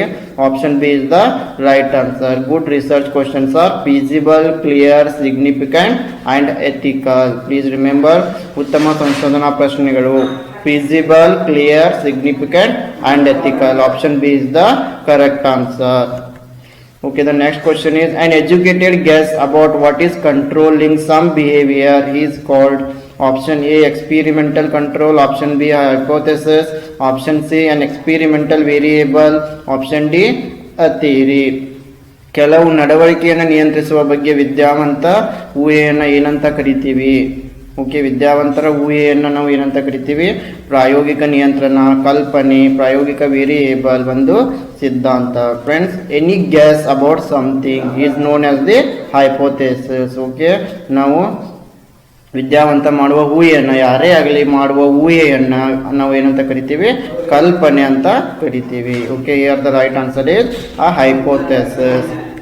Okay, the best quality of A research is option A, curiosity, option B, active imagination, option C, ability, option D, all of the above. ಸಂಶೋಧಕರ ಉತ್ತಮ ಗುಣವೆಂದರೆ ಕುತೂಹಲ, ಸಕ್ರಿಯ, ಕಲ್ಪನೆ, ಸಾಮರ್ಥ್ಯ, ಮೇಲಿನ ಎಲ್ಲ. Okay friends, the best quality of research, option D, all of the above. Curiosity, active imagination, ability, these all are included in the research. Okay, ಸಂಶೋಧಕರ ಉತ್ತಮ ಗುಣಗಳು ಕುತೂಹಲ, ಕಲ್ಪನೆ, ಸಾಮರ್ಥ್ಯವೆಲ್ಲವೂ ಕೂಡ ಸಂಶೋಧಕರ ಉತ್ತಮ ಗುಣಗಳಾಗಿವೆ. Okay friends, the next question is which of the following periodical is specifically meant for publishing research work? Magazine, monographs, journals, books. ಸಂಶೋಧನಾ ಕಾರ್ಯಗಳನ್ನು ಪ್ರಕಟಿಸಲು ಈ ಕೆಳಗಿನ ಯಾವ ನಿಯತಕಾಲಿಕೆಯನ್ನು ನಿರ್ದಿಷ್ಟವಾಗಿ ಉದ್ದೇಶಿಸಲಾಗಿದೆ? ಪತ್ರಿಕೆ, ಮೊನೋಗ್ರಾಫ್ಗಳು, ಜರ್ನಲ್ಸ್ ಮತ್ತು ಪುಸ್ತಕಗಳು. Okay friends, the right answer is option C, journal is the correct answer. Okay, it is meant for the publishing. Is usually carried out in option A, classroom, option B, field setting, option C, laboratory conditions, option D, social setting. Okay, fundamental research is usually carried out in laboratory. Okay, I hope you all know this question. It is very easy level of question. Okay, ಮೂಲಭೂತ ಸಂಶೋಧನೆಯನ್ನು ಸಾಮಾನ್ಯವಾಗಿ ಎಲ್ಲಿ ನಡೆಸಲಾಗ್ತದೆ? Option A ತರಗತಿ, option B ಕೇಂದ್ರ setting, option C ಪ್ರಯೋಗಾಲಯ, option D ಸಾಮಾಜಿಕ setting. ಇಲ್ಲಿ ಸರಿಯಾದ ಉತ್ತರ ಆಪ್ಷನ್ ಸಿ ಪ್ರಯೋಗಾಲಯ ಅಂದರೆ ಲ್ಯಾಬ್ರೋಟರಿಗಳಲ್ಲಿ. Okay, fundamental research will carried out in laboratories. Okay friends, I hope you got this. Okay, the main purpose of fundamental research. Okay friends, fundamental research is also known as the basic research. The main purpose of this fundamental research is to add stock of knowledge. Okay, to add stock of knowledge to the existing knowledge, then thus can be intellectually, it is a challenging task. Okay, the main purpose of basic research is to add knowledge to the existing previous knowledge, and it is not likely to have any practical application at the present time. Okay, it does not have any practical applicability. Okay friends, let us move to the next question. A good thesis writing should involve, okay, option A, reduction of punctuation and grammatical errors to a minimum. Option B, careful checking of references. Option C, consistency in the way the thesis is written. Option D, a clear and well written abstract. Friends, which are the characteristics of good thesis? Reduction of punctuation and grammatical errors. Yeah, this is also right. Then careful checking of references. Yes, we can say this is a good character of thesis. Then consistency in the way. Consistency is also should involve in the good thesis. Then a clear and well written abstract. This is also right answer. So here the correct answer is option A. A, B, C and D all are correct. Okay, a good thesis should involve all these 4 points. Okay, ಒಂದು ಒಳ್ಳೆಯ thesis ಏನನ್ನ ಒಳಗೊಂಡಿರಬೇಕು? Reduction of punctuation and grammatical errors. Okay, ಒಂದು good ಥೀಸಿಸ್ನಲ್ಲಿ ಯಾವಾಗಲೂ grammatical errors ಕಡಿಮೆ ಇರಬೇಕು. Okay, careful checking of references, ಅಲ್ಲಿ ನೀಡಿರೋ ರೆಫರೆನ್ಸ್ಗಳ ಬಗ್ಗೆ ಸರಿಯಾಗಿ ಚೆಕ್ ಮಾಡಿರಬೇಕು. ಕನ್ಸಿಸ್ಟೆನ್ಸಿ ಇರಬೇಕು. ಅದೇ ರೀತಿ ಅಬ್ಸ್ಟ್ರಾಕ್ಟನ್ನು ಕ್ಲಿಯರ್ ಆಗಿ ಮತ್ತು ಸರಿಯಾಗಿ ಬರೆದಿರಬೇಕು. Okay friends, let us move to the next question. Which scientific method is a top down or confirmatory approach? Option A, deductive method. Option B, inductive method.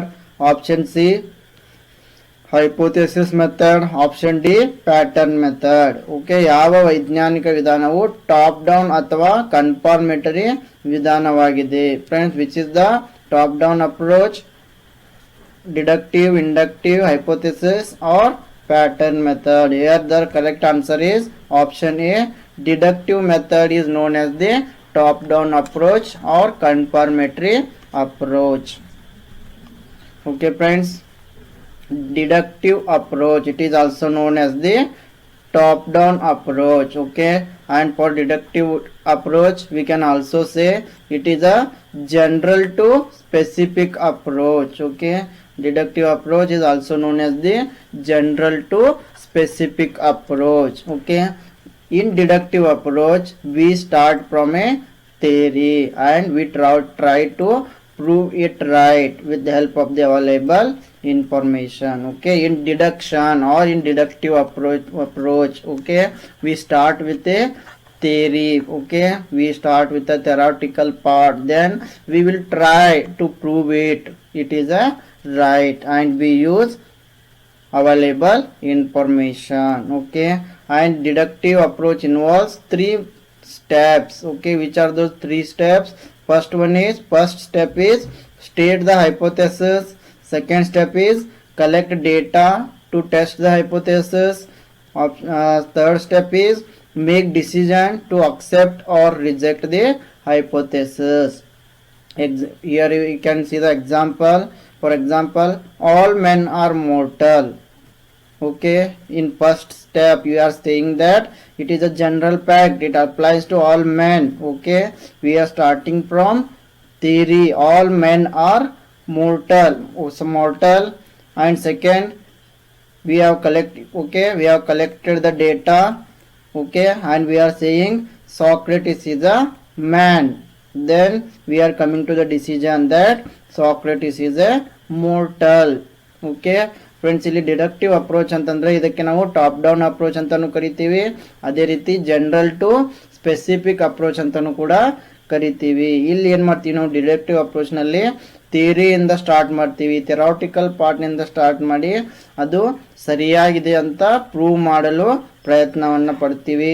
ಇದು ಸರಿಯಾಗಿದೆ ಅಂತ ಪ್ರೂವ್ ಮಾಡಲು ನಾವು ಅವೈಲೇಬಲ್ ಇನ್ಫಾರ್ಮೇಶನ್ ಅನ್ನ ಬಳಕೆ ಮಾಡ್ತೀವಿ. ಅದೇ ರೀತಿ ಫ್ರೆಂಡ್ಸ್, ಡಿಡಕ್ಟಿವ್ ಅಪ್ರೋಚ್ ನಲ್ಲಿ 3 ಸ್ಟೆಪ್ಸ್ಗಳಿವೆ. First step is state the hypothesis. ಮೊದಲನೇ ಸ್ಟೆಪ್ ನಲ್ಲಿ ನಾವು ಹೈಪೋಥೆಸಿಸ್ ಅನ್ನ ಹೇಳ್ತೀವಿ. ಎರಡನೇ ಸ್ಟೆಪ್ ನಲ್ಲಿ collect data to test the hypothesis. ಎರಡನೇ ಸ್ಟೆಪ್ ನಲ್ಲಿ ನಾವು ಮಾಹಿತಿಯನ್ನ ಸಂಗ್ರಹಣೆ ಮಾಡ್ತೀವಿ. Third step make decision to accept or reject the hypothesis. ಥರ್ಡ್ ಸ್ಟೆಪ್ ನಲ್ಲಿ ನಾವು ಏನ್ ಮಾಡ್ತೀವಿ, ಇದು ಹೈಪೋಥೆಸಿಸ್ ಅನ್ನ ಅಕ್ಸೆಪ್ಟ್ ಮಾಡಬೇಕು ಅಥವಾ ರಿಜೆಕ್ಟ್ ಮಾಡಬೇಕು ಎಂಬುದನ್ನು ನಾವು ಡಿಸಿಷನ್ ತಗೊಳ್ತೀವಿ. ಓಕೆ, ಉದಾಹರಣೆಗೆ all mens are mortal. Okay, all mens are mortal. Okay, ಇಲ್ಲಿ ನಾವು ಹೈಪೋಥೆಸಿಸ್ ಅನ್ನ ಹೇಳಿದ್ದೀವಿ. ಅದೇ ರೀತಿ ಸಾಕ್ರೆಟಿಸ್ ಈಸ್ ಎ ಮ್ಯಾನ್. ಇಲ್ಲಿ ನಾವು ಡಾಟಾ ಕಲೆಕ್ಟ್ ಮಾಡಿ ಸಾಕ್ರೆಟಿಸ್ ಈಸ್ ಎ ಮ್ಯಾನ್ ಅಂತ ಹೇಳ್ತಾ ಇದ್ದೀವಿ. ಅದೇ ರೀತಿ ಥರ್ಡ್ ಸ್ಟೆಪ್ನಲ್ಲಿ ನಾವು ಡಿಸಿಷನ್ಗೆ ಬರ್ತಾ ಇದ್ದೀವಿ, ಏನಂತ, Socrates is A mortal. I hope you understood this. Let us move to the next question. In sampling, the lottery method is used for option A interpretation, option B theorization, option C conceptualization, option D randomization. Friends, here the correct answer is option D randomization. Sampling ನಲ್ಲಿ lottery method lottery method ಅನ್ನ ಯಾಕೆ use ಮಾಡ್ತೀವಿ, randomisation. In sampling the lottery method is used for randomisation. Please remember this. Now we'll move to the next question. Which scale is the simplest form of measurement? Okay, which is the simplest form of measurement? Option A nominal, option B ordinal scale, option C interval, option D ratio. ಮಾಪನದ ಸರಳ ರೂಪ ಯಾವುದು? Friends, the simplest form of measurement is nominal scale. Please remember this. Okay, then what do you mean by nominal scale? It is also known as the classificatory scale. Okay, nominal scale is also known as the classificatory scale. Okay, then under nominal scale, a variable being measured on a nominal scale may have 1, 2 or more subcategories. Okay, in nominal scale, okay, nominal scale it is having 1, 2 or more than 2 subcategories. For example, take gender. Okay, in gender can be stated as male and female. Okay, the next question is, which of the following includes examples of quantitative variables? Okay, quantitative variable means the variables which can measure in the numbers. Okay, option A age, temperature, income and height. Yeah, age, temperature, income and height we can measure in numbers. Okay, grade point average, anxiety level, reading performance. Then option C gender, religion and ethnic group. Option D both A and B. Okay friends, here gender, religion and ethnic group are qualitative variables because we can't measure in numbers. And also grade point average, anxiety level, reading performance also we can't measure in numbers. So here the right answer is okay, grade point average, anxiety level and reading performance. Okay friends, here the correct answer is option A. Okay, age, temperature, income and height we can measure in the numbers, so option A is the right answer. Okay, anxiety level we can't measure in numbers, reading performance also we can't measure in the numbers. Okay, ಈ ಕೆಳಗಿನವುಗಳಲ್ಲಿ ಯಾವುದು ಪರಿಮಾಣಾತ್ಮಕ ಅಸ್ಥಿರಗಳ ಉದಾಹರಣೆಗಳನ್ನು ಒಳಗೊಂಡಿದೆ? ಪರಿಮಾಣಾತ್ಮಕ data ಅಂತಂದರೆ ಯಾವುದನ್ನು ನಾವು ಅಂಕಿ ಸಂಖ್ಯೆಯಲ್ಲಿ ಅಳೆಯಬಹುದು? ಆಪ್ಷನ್ ಎ ವಯಸ್ಸು, ತಾಪಮಾನ, ಆದಾಯ, ಎತ್ತರ ಇವುಗಳನ್ನು ಅಂಕಿ ಸಂಖ್ಯೆಯಲ್ಲಿ ಅಳೆಯಬಹುದು. ಆದ್ದರಿಂದ ಇಲ್ಲಿ ಎ ಸರಿಯಾದ ಉತ್ತರ ಆಗಿದೆ. Okay friends, let us move to the next question. Okay, what do you mean by quantitative variables? Quantitative variables, these are the variables which can measure in the numerical facts. Okay, for example addition, subtraction. Okay, for example height we can measure in the numbers, weight we can measure in the numbers. Okay, the variables which we can measure in numbers, ಯಾವ ವೇರಿಯೇಬಲ್ಸ್ಗಳನ್ನು ನಾವು ಅಂಕಿ ಸಂಖ್ಯೆಗಳಲ್ಲಿ ತೋರಿಸಬಹುದು ಅಂಥ ವೇರಿಯೇಬಲ್ಸ್ಗೆ ನಾವು ಏನಂತೀವಿ? Quantitative variables. And the variables which we can't show in numbers like nationality, gender, these variables R non as the qualitative variables. Okay, let us move to the next question. An investigator wants to study the vocational aspirations of visually challenged children in a wide geographical area. He should select his sample by using option A simple random sampling, option B stratified sampling, option C purposive sampling, option D convenient sampling. Friends, an investigator wants to study the vocational aspirations of usually challenged children in a wide geographical area. He should select his sample by using which one friends? Option B stratified sampling. Okay, ವಿಶಾಲ ಭೌಗೋಳಿಕ ಪ್ರದೇಶದಲ್ಲಿ ದೃಷ್ಟಿ ವಿಕಲಚೇತನ ಮಕ್ಕಳ ವೃತ್ತಿಪರ ಆಕಾಂಕ್ಷೆಗಳನ್ನು ಅಧ್ಯಯನ ಮಾಡಲು ತನಿಖಾಧಿಕಾರಿ ಬಯಸುತ್ತಾರೆ. ಅವರು ಬಳಸುವ ಮೂಲಕ ಅವರ ಮಾದರಿಯನ್ನು ಆಯ್ಕೆ ಮಾಡಬೇಕು. ಹಾಗಾದರೆ ಯಾವ ಮಾದರಿನ ಆಯ್ಕೆ ಮಾಡಬೇಕು? ಸ್ಟ್ರಾಟಿಫೈಡ್ ಸ್ಯಾಂಪ್ಲಿಂಗ್ ಅಂದರೆ ಶ್ರೇಣೀಕೃತ ಮಾದರಿ. Okay friends, what do you mean by stratified sampling? We'll see in the next slide. Okay, stratified sampling. In this type of sampling, what an investigator or researcher will do, he will divide the population into different groups. Okay, these groups are known as the strata. Then a probability sample is used to select one group, select the each group. Okay, in this here in stratified sampling, okay, researcher is going to divide the population into different subgroups. Okay, then by using probability sample, okay, or simple random sample, he will select respondents from each group. Okay, ಇಲ್ಲಿ stratified sampling ನಲ್ಲಿ researcher ಮೊದಲು population ಅನ್ನು ಸಬ್ group ಆಗಿ ವಿಂಗಡಣೆ ಮಾಡ್ತಾನೆ. ಅದೇ ರೀತಿ simple random sample ಅನ್ನು ಬಳಸಿ ಪ್ರತಿಯೊಂದು ಗುಂಪಿನಿಂದ ರೆಸ್ಪಾಂಡೆಂಟ್ಸ್ಗಳನ್ನು ಆಯ್ಕೆ ಮಾಡ್ತಾನೆ. Okay friends, let us go to the next question. It is important that academics produce research that can be widely used and valued by academic community around the world. This is termed as option A research impact, option B citation impact, option C ethics impact, option D none of the above. Friends, here the correct answer is option B citation impact. ಪ್ರಪಂಚದಾದ್ಯಂತ ಶೈಕ್ಷಣಿಕ ಸಮುದಾಯವು ವ್ಯಾಪಕವಾಗಿ ಬಳಸಬಹುದಾದ ಮತ್ತು ಮೌಲ್ಯಯುತವಾದ ಸಂಶೋಧನೆಗಳನ್ನು ಶಿಕ್ಷಣ ತಜ್ಞರು ಉತ್ಪಾದಿಸುವುದು ಮುಖ್ಯ. ಇದನ್ನು ಹೀಗೆ ಕರೆಯುತ್ತೇವೆ, ಇದನ್ನು ನಾವು ಸೈಟೇಷನ್ ಇಂಪ್ಯಾಕ್ಟ್ ಅಂತ ಕರಿತೇವೆ, ಉಲ್ಲೇಖದ ಪರಿಣಾಮ. Okay friends, please remember this. Let us go to the next question. Which of the following is most appropriate to impart training for SPSS, a software package used for statistical analysis? Option A seminar, option B conference, option C workshop, option D paper. The right answer is option C workshop. Then friends, what do you mean by SPSS? Okay, SPSS is a software package. Okay, it is used for statistical analysis. Okay, SPSS was acquired by IBM in 2009. Please remember this. It was acquired by IBM in 2009. SPSS ಅಂದ್ರೆ ಇದೊಂದು software package ಆಗಿದೆ. ಯಾವುದಕ್ಕೆ? Statistical analysis ಮಾಡಲು ಇದನ್ನು IBM 2009ರಲ್ಲಿ ತಗೋತದೆ. Okay friends, let us move to the next question.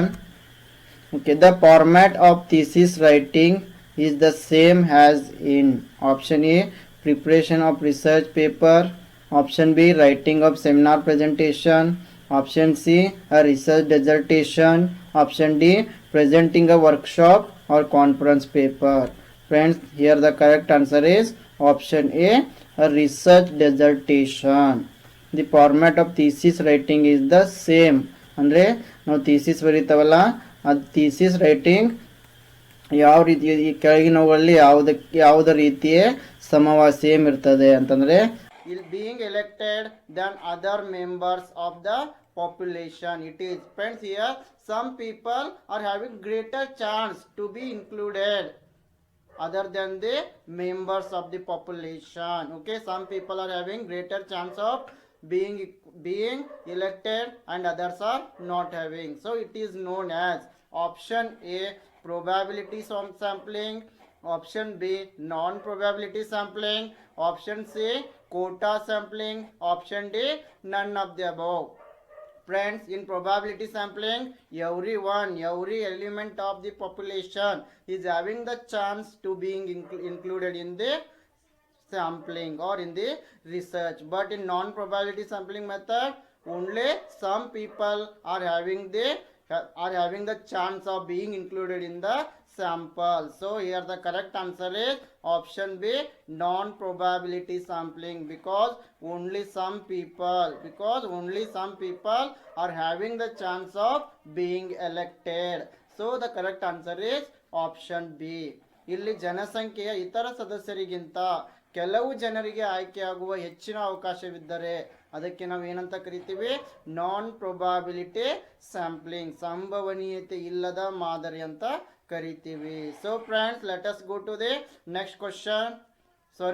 In this slide we will discuss some importance related to probability sampling method and also non probability sampling method. Okay friends, what do you mean by probability sampling method? It is a sampling technique or it is a sampling method where all the elements of the population are having equal opportunity or equal chance to be selected as a representative sample. Then non probability sampling, where all the elements of the sample are not having equal chance of being included in the sample, is known as the non probability sampling. And for probability sampling, it is also known as the random sampling, and non probability sampling is known as the non random sampling. Okay, in probability sampling method, the basis of selection is randomly we are going to select, but in non probability sampling it is arbitrary. Okay, here opportunity of selection is fixed and known. In non probability sampling, opportunity of selection is not specified and unknown. Okay, result in probability is unbiased. In non probability it is biased. Okay, then in probability sampling, hypothesis can be tested. In non probability sampling, hypothesis can be generated. And so in probability sampling method, the method is objective. In non probability sampling method, the method is subjective. These are the main differences between probability sampling method and also non probability sampling method. Please remember all these important points. The question may arise from here. So let us move to the next question. Okay, which of the following terms best describes data that were originally collected at an earlier time? Please try to understand the question. Originally collected at an earlier time by a different person for a different purpose. Okay, which of the following terms best describes data that were originally collected at an earlier time by a different person for a different purpose? Option A, primary data. Option B, secondary data. Option C, experimental data. Option D, none of the above. Friends, what do you mean by primary data? These are the data which are original in character. First hand data also we can call, because these data are collected by the investigator or a researcher. Okay, then secondary data, someone has already collected the data, and if we go through those data, it is known as the secondary data. Okay, here read the question once again. Best data that were originally collected at an earlier time by a different person for a different purpose. If I am using those data now, means it is known as the secondary data. Yeah, so here the correct answer is option B, secondary data. Friends, ನಾವು ಹೊಸದ okay, ಉದಾಹರಣೆಗೆ researcher ತನಗೆ ಬೇಕಾದ ಡೇಟಾಗಳನ್ನ ತಾನೇ ಸ್ವತಃ ಹೋಗಿ collect ಮಾಡಿದರೆ ಅದಕ್ಕೆ ಏನಂತ ಕರಿತೀವಿ? ಪ್ರಾಥಮಿಕ ದತ್ತಾಂಶ. ಆದರೆ ಈಗಾಗಲೇ ಯಾರೋ ಸಂಗ್ರಹಿಸಿ ಇಟ್ಟ ದತ್ತಾಂಶಗಳನ್ನ ರಿಸರ್ಚರ್ ಬಳಸಿಕೊಂಡ್ರೆ ಅದಕ್ಕೆ ನಾವು ಏನಂತ ಕರಿತೇವೆ? ದ್ವಿತೀಯ ದತ್ತಾಂಶ ಅಥವಾ ಮಾಧ್ಯಮಿಕ ದತ್ತಾಂಶ. ಇಲ್ಲಿ ಕೊಟ್ಟಿರೋ ಪ್ರಶ್ನೆಯಲ್ಲಿ ಈ ಕೆಳಗಿನ ಯಾವ ಪದಗಳು ಮೂಲತಃ ಬೇರೆ ಸಮಯದಲ್ಲಿ ಬೇರೆ ವ್ಯಕ್ತಿಯಿಂದ ಬೇರೆ ಸಮಯದಲ್ಲಿ ಸಂಗ್ರಹಿಸಿದ ಡೇಟಾವನ್ನು ಉತ್ತಮವಾಗಿ ವಿವರಿಸುತ್ತದೆ ಅಂತಂದ್ರೆ, ಈಗಾಗಲೇ ಬೇರೆ ಯಾರೋ ಒಬ್ಬ ವ್ಯಕ್ತಿ ಬೇರೆ ಯಾವುದೋ ಒಂದು ಕಾರ್ಯಕ್ಕಾಗಿ ಆಲ್ರೆಡಿ ದತ್ತಾಂಶಗಳನ್ನು ಏನು ಮಾಡಿದ್ದಾರೆ? ಸಂಗ್ರಹಿಸಿ ಇಟ್ಟಿದ್ದಾರೆ. ಹಾಗಾದ್ರೆ ಈ ದತ್ತಾಂಶಗಳನ್ನ ನಾವು ಏನಂತ ಕರಿತೀವಿ? ಮಾಧ್ಯಮಿಕ ದತ್ತಾಂಶ. ಯಾಕಂದ್ರೆ ಬೇರೆ ಯಾರೋ ಸಂಗ್ರಹಿಸಿದ ದತ್ತಾಂಶಗಳನ್ನ ನಾನು ಬಳಸ್ತಾ ಇದ್ದೀನಿ. Okay, I hope you got the differences between primary data and secondary data. Okay, let us go to the next slide. Okay, here we will see the differences between primary data and also secondary data. Okay friends, please try to understand all these points. A question will arise from here. Okay, first one is primary data, data collected by researcher himself. Okay, primary data, these data are collected by the person who is going to research, who is going to do a research. Okay, but secondary data already collected by other person. Okay, for example, now I am going to conduct a survey in my area. So if I go and meet the people and if I ask them questions, if I take the responses back, means it is known as the primary data, because here I am a researcher, I am going to meet the people and I am taking the responses. But in secondary data, what will happen? Someone has done research already, someone is written the data and kept in the library, or he has written in the book, or he might have published in the newspaper. Then if I go through those data, means it is known as the secondary data. I hope it is clear. And then originality. Okay, primary data are original in character or unique information, but secondary data are not original. Why?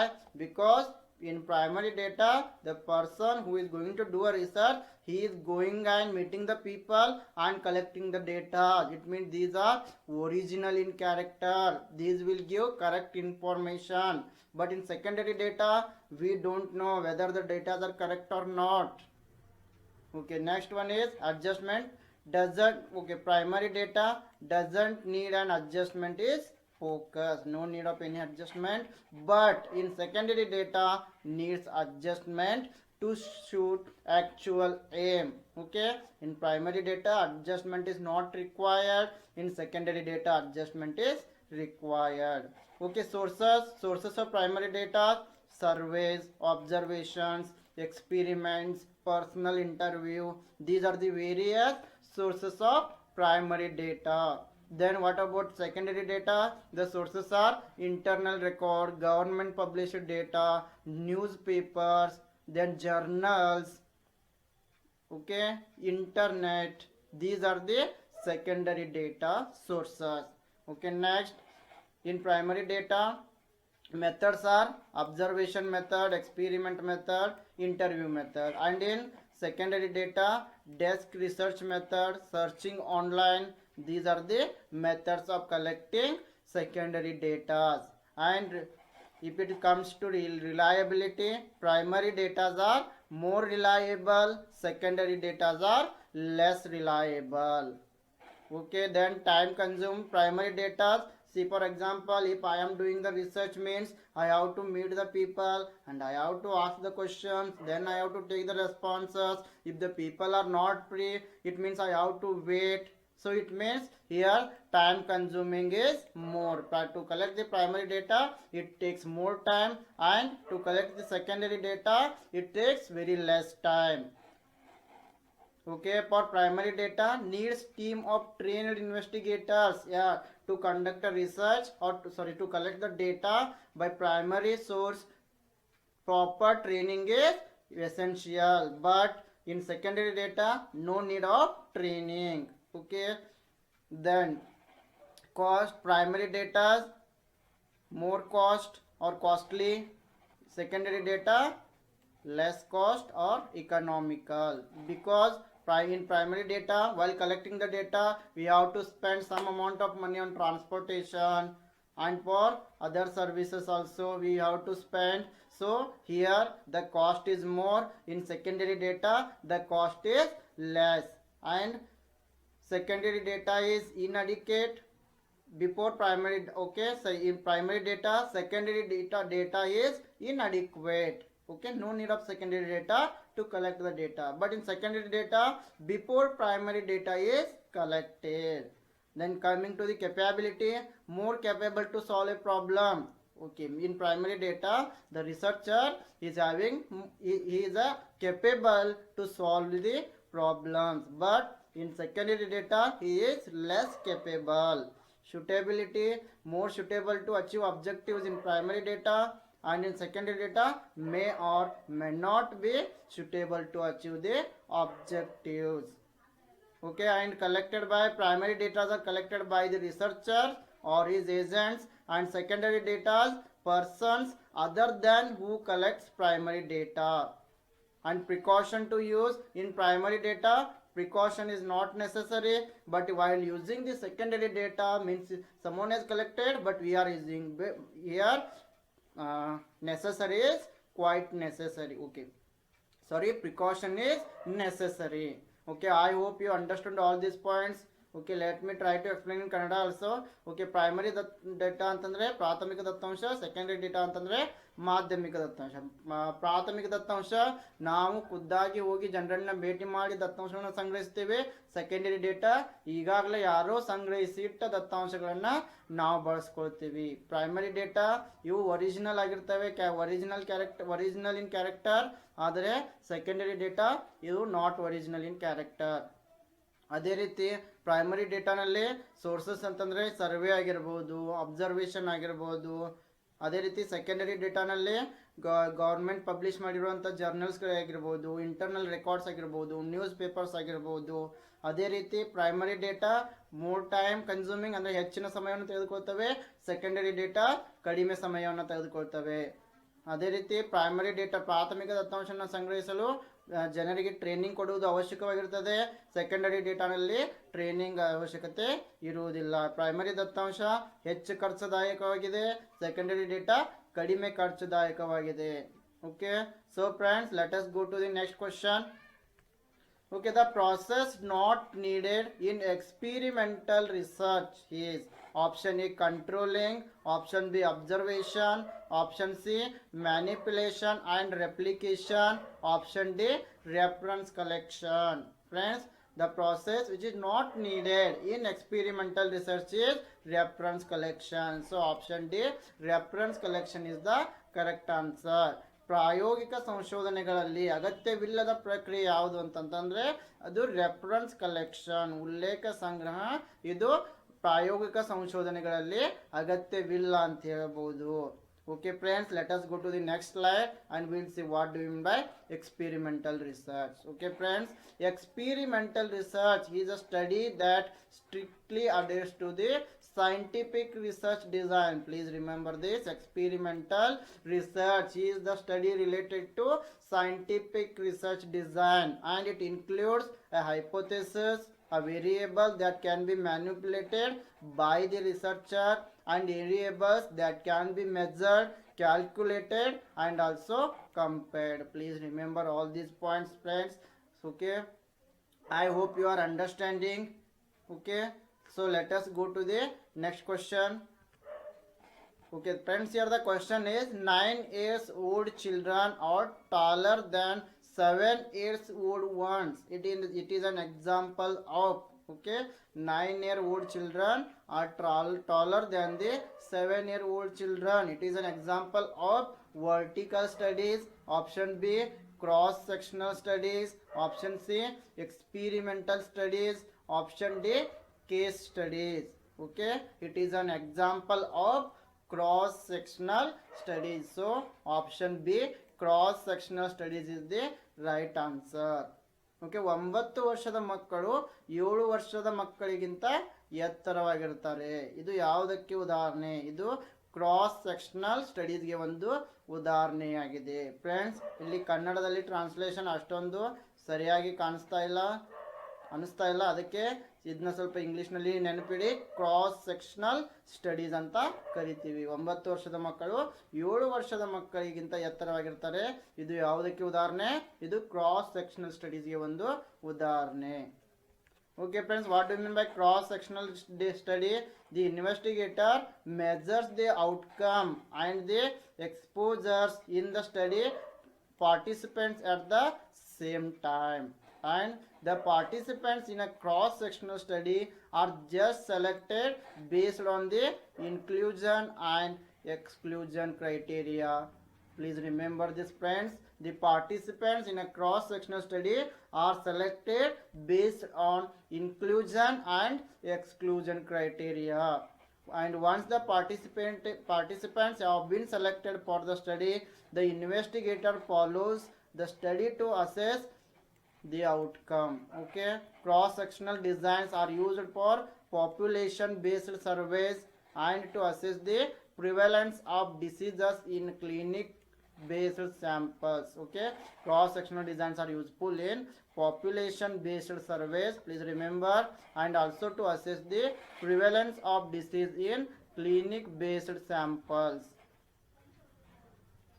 And friends, one more point, please remember, these studies, cross sectional studies, usually be conducted faster and inexpensive. Okay, I hope you got all these points. Okay, let us see the next question. Okay, the next question is, the core ingredients of a dissertation are, okay, which are the core ingredients of a dissertation? Option A, introduction, data collection, data analysis, conclusion, and recommendations. Option B, executive summary, literature review, data gathered, conclusions, bibliography. Option C, research plan, research data, analysis, references. Option D, introduction, literature review, research methods, results, discussion, conclusion. Friends, here the correct answer is option D.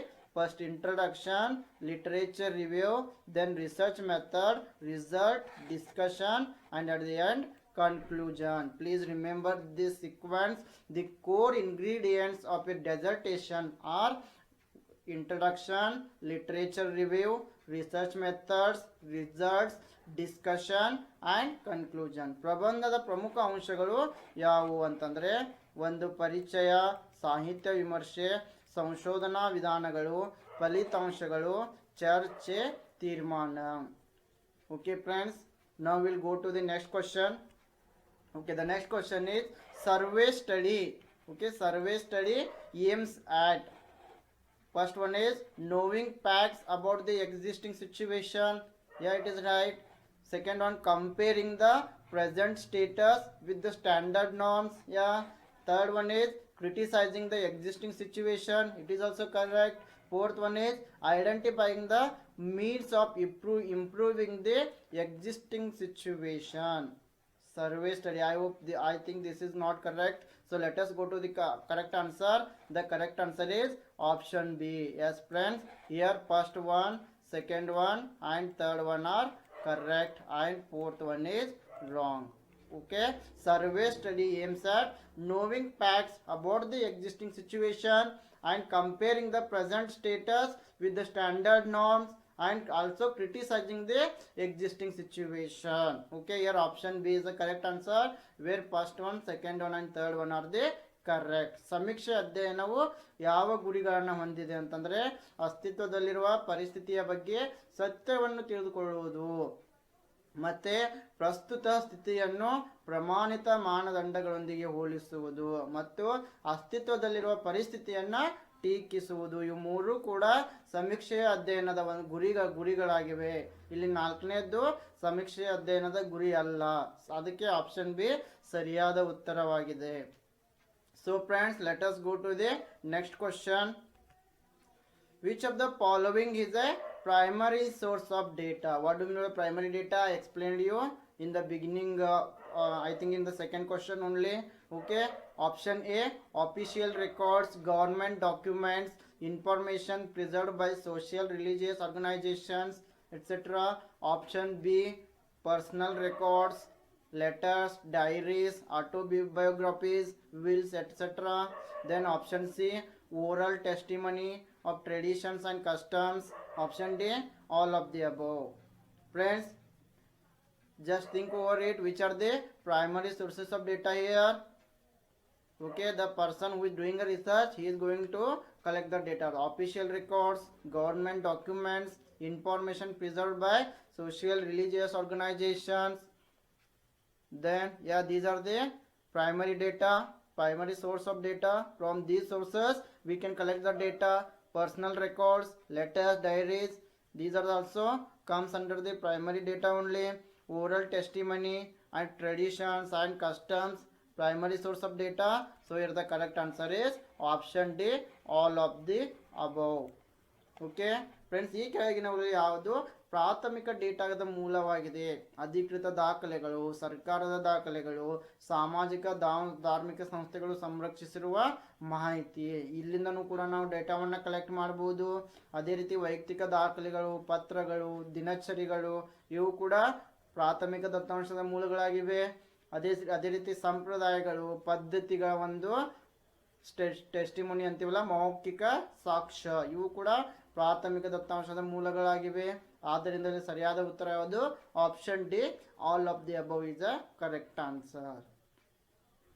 Okay friends, let us go to the next question. And friends, about primary data I explained in the beginning only. Primary data is data that is collected by a researcher from first hand sources using methods like surveys. These are the methods of primary data. Okay, surveys, interviews or experiments. It is collected with the research project in mind directly from primary sources. And primary sources include historical, legal documents, eyewitness accounts, results of experiments, statistical data, pieces of creative writing, audio and video recordings, speeches, art objects. These are all the sources of primary data. ಈ ಎಲ್ಲ ಮೂಲಗಳಿಂದನೂ ಕೂಡ ನಾವು ಪ್ರಾಥಮಿಕ ದತ್ತಾಂಶಗಳನ್ನು ಸಂಗ್ರಹಣೆ ಮಾಡ್ತೀವಿ. So friends, let us go to the next question. Okay, in stratified random sampling, the units are selected. Option A, after dividing the population in different groups on the basis of specific standard and then taking an equal proportion of units from each group. Option B, after disassociating the population in different groups on the basis of specific standard and then the units are selected from these groups. Option C, after dividing the population in different strata, then selecting any one strata out of them. Option D, none of the above. Friends, what do we mean by stratified sampling method? Okay, here let us go to the answer. Here the correct answer is option A. Here first a researcher is going to divide the population in different groups on the basis of specific standard, and then taking an equal proportion of units from each group. First he will divide the population into different groups and on the basis of specific standard, and then he will take equal proportion of units from each group is known as the stratified random sampling or stratified sampling method. ಶ್ರೇಣೀಕೃತ ಮಾದರಿಯಲ್ಲಿ ಘಟಕಗಳನ್ನು ಆಯ್ಕೆ ಮಾಡಲಾಗುತ್ತದೆ. Friends, ಇಲ್ಲಿ ಸರಿಯಾದ ಉತ್ತರಕ್ಕೆ ಹೋಗೋಣ ನೇರವಾಗಿ. ಇಲ್ಲಿ ಸರಿಯಾದ ಉತ್ತರ ಆಪ್ಷನ್ ಎ. ನಿರ್ದಿಷ್ಟ ಮಾನದಂಡದ ಆಧಾರದ ಮೇಲೆ ಜನಸಂಖ್ಯೆಯನ್ನು ವಿವಿಧ ಗುಂಪುಗಳಲ್ಲಿ ವಿಂಗಡಿಸಿದ ನಂತರ ಪ್ರತಿ ಗುಂಪಿನಿಂದ ಸಮಾನ ಪ್ರಮಾಣದ ಘಟಕಗಳನ್ನು ತೆಗೆದುಕೊಡುವುದು. ಇಲ್ಲಿ ಏನು ಮಾಡ್ತಾನೆ ರಿಸರ್ಚರ್ ಒಬ್ಬ, ಮೊದಲು ಅಲ್ಲಿರುವ ಪಾಪ್ಯುಲೇಷನ್ ಅನ್ನ ಬೇರೆ ಬೇರೆ ಗುಂಪುಗಳಾಗಿ ವಿಂಗಡಿಸಿ ಆ ನಂತರ ಪ್ರತಿ ಗುಂಪಿನಿಂದ ಎರಡೆರಡು ಜನ ಅಥವಾ ನಾಲ್ಕು ಜನ ಈ ರೀತಿ ಸಮ ಪ್ರಮಾಣದ ಘಟಕಗಳನ್ನ ತೆಗೆದುಕೊಳ್ಳುತ್ತಾನೆ. ಇದಕ್ಕೆ ಏನಂತೀವಿ ನಾವು stratified sampling method. I hope friends you understood this. If you have any confusion, if you want to improve my videos, and you can suggest me in the comment box. Friends, ನನಗೆ ನೀವು ಕನ್ನಡದಲ್ಲಿ ನಾನು ಆದಷ್ಟು ಪ್ರಯತ್ನವನ್ನು ಪಡ್ತಾ ಇದ್ದೀನಿ. ನನ್ನ ಪ್ರಕಾರ ನಿಮ್ಗೆ ತಿಳಿತಾ ಇದೆ ಅಂತ ನಾನು ಭಾವಿಸಿದ್ದೀನಿ. ಇನ್ನೂ ಏನಾದರೂ ಇಂಪ್ರೂವ್ ಮಾಡಬೇಕು ಅಂತ ಹೇಳಿದರೆ ನೀವು ಕಮೆಂಟ್ ಬಾಕ್ಸ್ನಲ್ಲಿ ನನಗೆ ಸಜೆಷನ್ನ ನೀಡಿ. I am very happy to accept the suggestions from you. ನನಗೆ ನಿಮ್ಮಿಂದ ಸಲಹೆಗಳನ್ನ ಪಡೆದುಕೊಳ್ಳಲು ತುಂಬ ಖುಷಿ ಅನ್ನಿಸ್ತದೆ. Okay friends, stratified sampling is a method of sampling from a population which can be divided into subpopulations in statistical surveys. Then subpopulations within an overall population vary.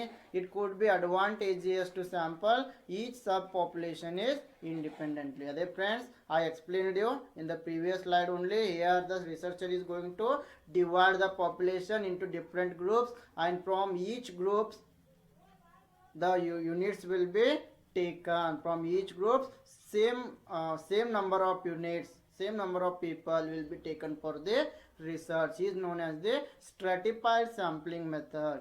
Okay, ಇಲ್ಲಿ ಒಬ್ಬ researcher ಏನು ಮಾಡ್ತಾನೆ, ಮೊದಲು ನೀಡಿರುವ ಜನಸಂಖ್ಯೆಯನ್ನು ವಿವಿಧ ಗುಂಪುಗಳಾಗಿ ವಿಂಗಡಿಸಿ ಆ ಪ್ರತಿಯೊಂದು ಗುಂಪಿನಿಂದ ಇಂತಿಷ್ಟು ಪ್ರಮಾಣದ ಜನರನ್ನು ತನ್ನ ರಿಸರ್ಚ್ಗೆ ತೆಗೆದುಕೊಳ್ಳುತ್ತಾನೆ. ಇದಕ್ಕೆ ನಾವು ಸ್ಟ್ರಾಟಿಫೈಡ್ ಸ್ಯಾಂಪ್ಲಿಂಗ್ ಮೆಥಡ್ ಅಂತ ಕರಿತೀವಿ. So friends, let us go to the next question.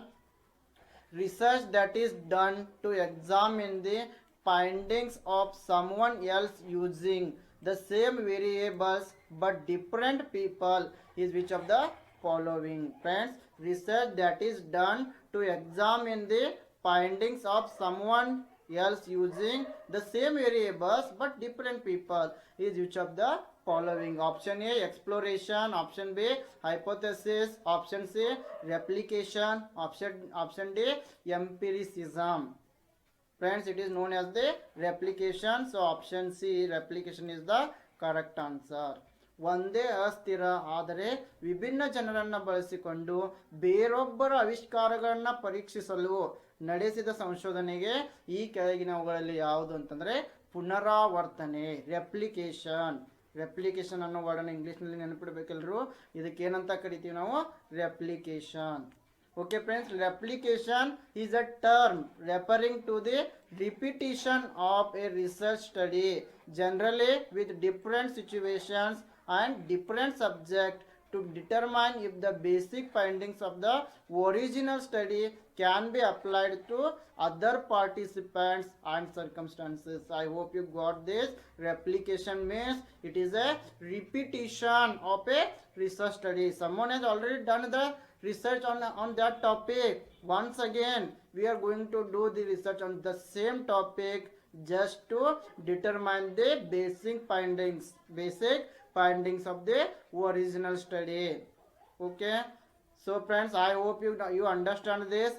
Our next question is a statement that predicts The cause and effect relationship between variables is known as the option A null hypothesis, option B experimental hypothesis, option C independent variable, option D dependent variable. Friends, a statement that predicts the cause and effect relationship between variables is known as the option B experimental hypothesis. ಅಸ್ಥಿರಗಳ ನಡುವಿನ ಕಾರಣ ಮತ್ತು ಪರಿಣಾಮ ಸಂಬಂಧವನ್ನು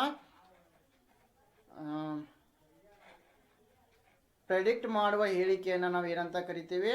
ಪ್ರಾಯೋಗಿಕ ಕಲ್ಪನೆ, experimental hypothesis. Then friends, okay, our next question is, we use factor analysis. Option A to know the relationship between two variables, option B to test the hypothesis, option B C to know the difference between two variables, option D to know the difference among many variables. Friends, we use factor analysis to know the differences between many variables. Okay friends, ನಾವು ಅಂಶ ವಿಶ್ಲೇಷಣೆಯನ್ನು ಯಾವಾಗ ಬಳಸ್ತೀವಿ?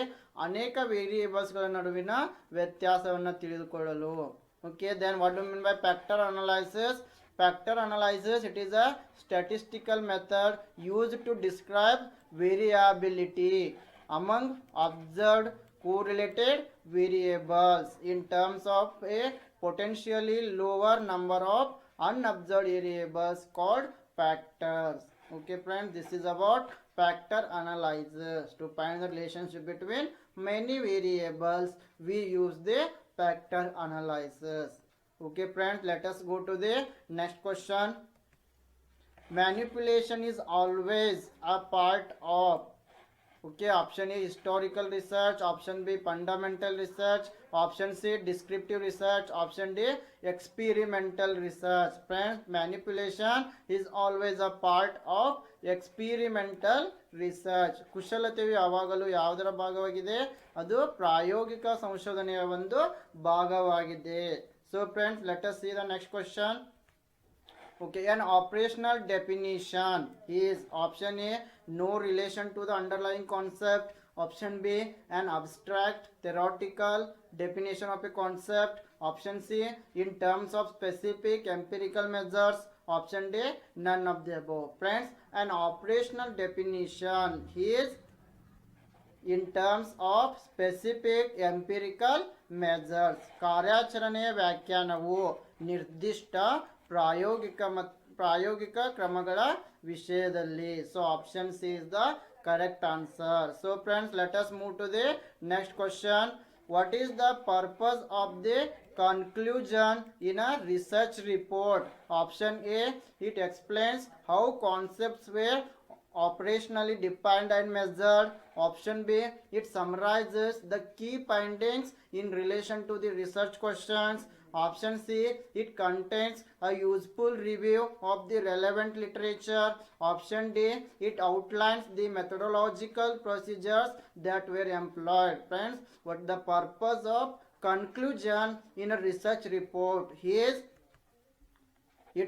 What conclusion will do? It will summarize the key findings in relation to the research question. So it is the main purpose of conclusion is summarizing the key findings in relation to research question. So option B is the correct answer. ಸಂಶೋಧನಾ ವರದಿಯಲ್ಲಿನ ತೀರ್ಮಾನದ ಉದ್ದೇಶ ಏನು? ಸಂಶೋಧನೆಯ ವರದಿಯಲ್ಲಿ ಈ ಕನ್ಕ್ಲೂಷನ್ನ ಉದ್ದೇಶ ಏನಾಗಿರ್ತದೆ? ಇದು ಸಂಶೋಧನಾ ಪ್ರಶ್ನೆಗಳಿಗೆ ಸಂಬಂಧಿಸಿದಂತೆ ಪ್ರಮುಖ ಆವಿಷ್ಕಾರಗಳನ್ನು ಸಂಕ್ಷಿಪ್ತಗೊಳಿಸುತ್ತದೆ. ಸೊ ಫ್ರೆಂಡ್ಸ್, ಇಲ್ಲಿ ಸರಿಯಾದ ಉತ್ತರ ಏನಾಗಿದೆ? ಆಪ್ಷನ್ ಬಿ ಸರಿಯಾದ ಉತ್ತರ. It summarises the key findings in relation to the research question. So moving on to the next question. Extraneous variables are essentially option A independent variables, option B dependent variables, option C independent or dependent, option D neither independent nor dependent. Friends, the correct answer is option A independent variables. Extraneous variables are essentially independent variables. ಬಾಹ್ಯ ಅಸ್ಥಿರಗಳು ಮೂಲತಃವಾಗಿ friends extraneous variables ಯಾವಾಗಲೂ ಅವು independent variable ಸ್ವತಂತ್ರ ಅಸ್ಥಿರ. Please friends ಇದು ಈ ಪ್ರಶ್ನೆನ ನೀವು ಇಂಗ್ಲೀಷ್ನಲ್ಲಿ ನೆನಪಿನಲ್ಲಿ ಇಡಬೇಕು. Extraneous variables are essentially independent variables. Please remember this. Okay, moving on to the next question. Okay friends, extraneous variables are all variables which are not the independent variable but could affect the results of the experiment. The researcher wants to make sure that it is the manipulation of the independent variable that has an effect on the dependent variable. I hope you got this. Extraneous variables which are not the part of independent variable but even though it will affect the results of the experiment is known as the extraneous variable. So friends, moving on to the next question. Which of the following is most likely to make use of the internet? Option A, web conference. Option B, seminar. Option C, symposium. Option D, none of the above. Friends, very easy level of question. Where do we use internet? When we are using web conference. So option A is the right answer. No need to explain I think. ಕೆಳಗಿನಲ್ಲಿ ಯಾವುದು internet ಅನ್ನು ಹೆಚ್ಚು ಬಳಸ್ತದೆ ಅದು web conference. Okay, ಸೆಮಿನಾರ್ನಲ್ಲಿ ಸಿಂಪೋಸಿಯಂನಲ್ಲಿ ನಮಗೆ ಇಂಟರ್ನೆಟ್ನ ಅವಶ್ಯಕತೆ ಇರೋದಿಲ್ಲ.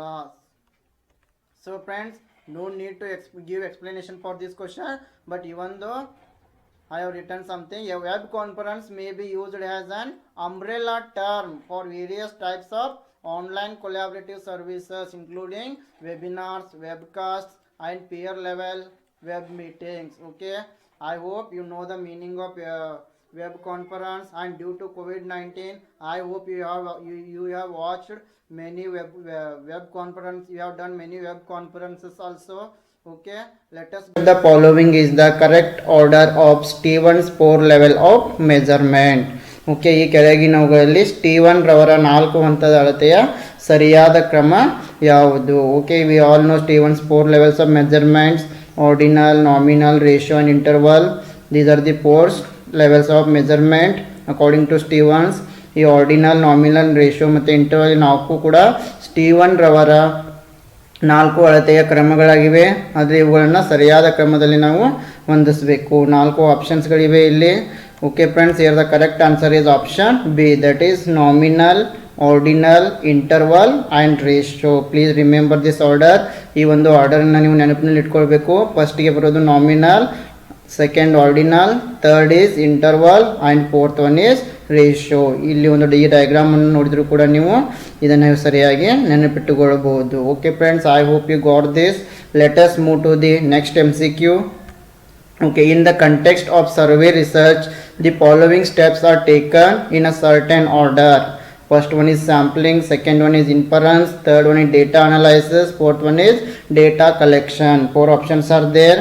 ಸಮೀಕ್ಷೆಯ ಸಂಶೋಧನೆ ಸಂದರ್ಭದಲ್ಲಿ ಈ ಕೆಳಗಿನ ಕ್ರಮಗಳನ್ನು ನಿರ್ದಿಷ್ಟ ಕ್ರಮದಲ್ಲಿ ಕೈಗೊಳ್ಳಲಾಗುತ್ತದೆ. ಇವುಗಳನ್ನು ನೀವು ಸರಿಯಾದ ಆರ್ಡರ್ನಲ್ಲಿ ಹೊಂದಿಸಬೇಕಾಗಿದೆ: ಮಾದರಿ, ಅನುಮಾನ, ದತ್ತಾಂಶ ವಿಶ್ಲೇಷಣೆ ಮತ್ತು ದತ್ತಾಂಶ ಸಂಗ್ರಹ. ಓಕೆ, ಇದರ ಒಂದು ಸರಿಯಾದ order option B. First sampling, then data collection, then data analysis and at the end inference. ಇಲ್ಲಿ ಒಂದು ಸರಿಯಾದ ಕ್ರಮ ಯಾವುದು? ಮೊದಲಿಗೆ ಬರೋದು ಮಾದರಿ, ಅದಾದ ನಂತರ ದತ್ತಾಂಶ ಸಂಗ್ರಹ, ಅದಾದ ನಂತರ ದತ್ತಾಂಶ ವಿಶ್ಲೇಷಣೆ, ಕೊನೆಯಲ್ಲಿ ಬರುವುದು ಅನುಮಾನ. ಸೊ ಇಲ್ಲಿ ಆಪ್ಷನ್ ಬಿ ಒಂದು ಸರಿಯಾದ ಉತ್ತರವಾಗಿದೆ. Okay, let us move to the next MCQ. Here some people have greater chance of being elected than other members of the population. It is option A, probability sampling, option B, non-probability sampling, option C, quota sampling, option D, none of the above. Friends, here only some of the people are having greater chance of being selected in the population. It is known as. Okay, 4 options are there. ಇಲ್ಲಿ ಏನಾಗ್ತಾ ಇದೆ, ಜನಸಂಖ್ಯೆಯಲ್ಲಿನ ಕೆಲವೇ ಜನರು ಮಾತ್ರ ಹೆಚ್ಚಿನ ಪಾಪ್ಯುಲೇಷನ್ನಲ್ಲಿ ಭಾಗವಾಗುವ ಒಂದು ಅವಕಾಶವನ್ನು ಹೊಂದಿರ್ತಾರೆ, ಎಲ್ಲ ಜನರು ಹೊಂದಿರುವುದಿಲ್ಲ. ಹಾಗಾದರೆ ಇದನ್ನು ನಾವು ಏನಂತ ಕರಿತೀವಿ? ಆಪ್ಷನ್ ಎ ಸಂಭವನೀಯತೆ ಮಾದರಿ, ಆಪ್ಷನ್ ಬಿ ಸಂಭವನೀಯತೆ ಇಲ್ಲದ ಮಾದರಿ, ಆಪ್ಷನ್ ಸಿ ಕೋಟಾ ಮಾದರಿ, ಆಪ್ಷನ್ ಡಿ ಮೇಲಿನ ಯಾವುದೂ ಅಲ್ಲ. Okay friends, here the right answer is option B, non probability sampling. Okay, if all of the people are having equal chance, then it is known as the probability sampling. If only some section of the people are having greater chance of being included in the population, means it is known as the non probability sampling. Okay, ಜನಸಂಖ್ಯೆ ಎಲ್ಲ ಜನರಿಗೆ ಒಂದು ಮಾದರಿಯಲ್ಲಿ ಅವಕಾಶ ಪಾಲ್ಗೊಳ್ಳುವ ಸಮಾನ ಅವಕಾಶಗಳಿದ್ದರೆ ಅದಕ್ಕೆ ನಾವು ಸಂಭವನೀಯತೆ ಮಾದರಿ ಅಂತ ಕರಿತೀವಿ. ಆದರೆ ಜನಸಂಖ್ಯೆ ಕೆಲವೊಂದು ಜನ ಮಾತ್ರ ಒಂದು ಹೆಚ್ಚಿನ ಅವಕಾಶವನ್ನು ಹೊಂದಿದ್ದರೆ ಅದಕ್ಕೆ ನಾವು ಸಂಭವನೀಯತೆ ಇಲ್ಲದ ಮಾದರಿ ಅಂತ ಕರಿತೀವಿ. ನಿಮಗೆ ತಿಳಿದಿದೆ ಅಂತ ನಾನು ಭಾವಿಸ್ತೀನಿ. ಓಕೆ, ಮುಂದಿನ ಪ್ರಶ್ನೆ. The act of publishing the same data and results in more than one journal or publication refers to which of the following professional issues? Option A, partial publication. Option B, duplicate publication. Option C, full publication. Option D, none of the above. Okay friends, here the right answer is option B, duplicate publication. ಒಂದೇ data ಮತ್ತು ಫಲಿತಾಂಶಗಳನ್ನು ಒಂದಕ್ಕಿಂತ ಹೆಚ್ಚು journal ಅಥವಾ ಪ್ರಕಟಣೆಯಲ್ಲಿ ಪ್ರಕಟಿಸುವ ಕಾರ್ಯವನ್ನು ಏನಂತ ಕರಿತೀವಿ ನಾವು?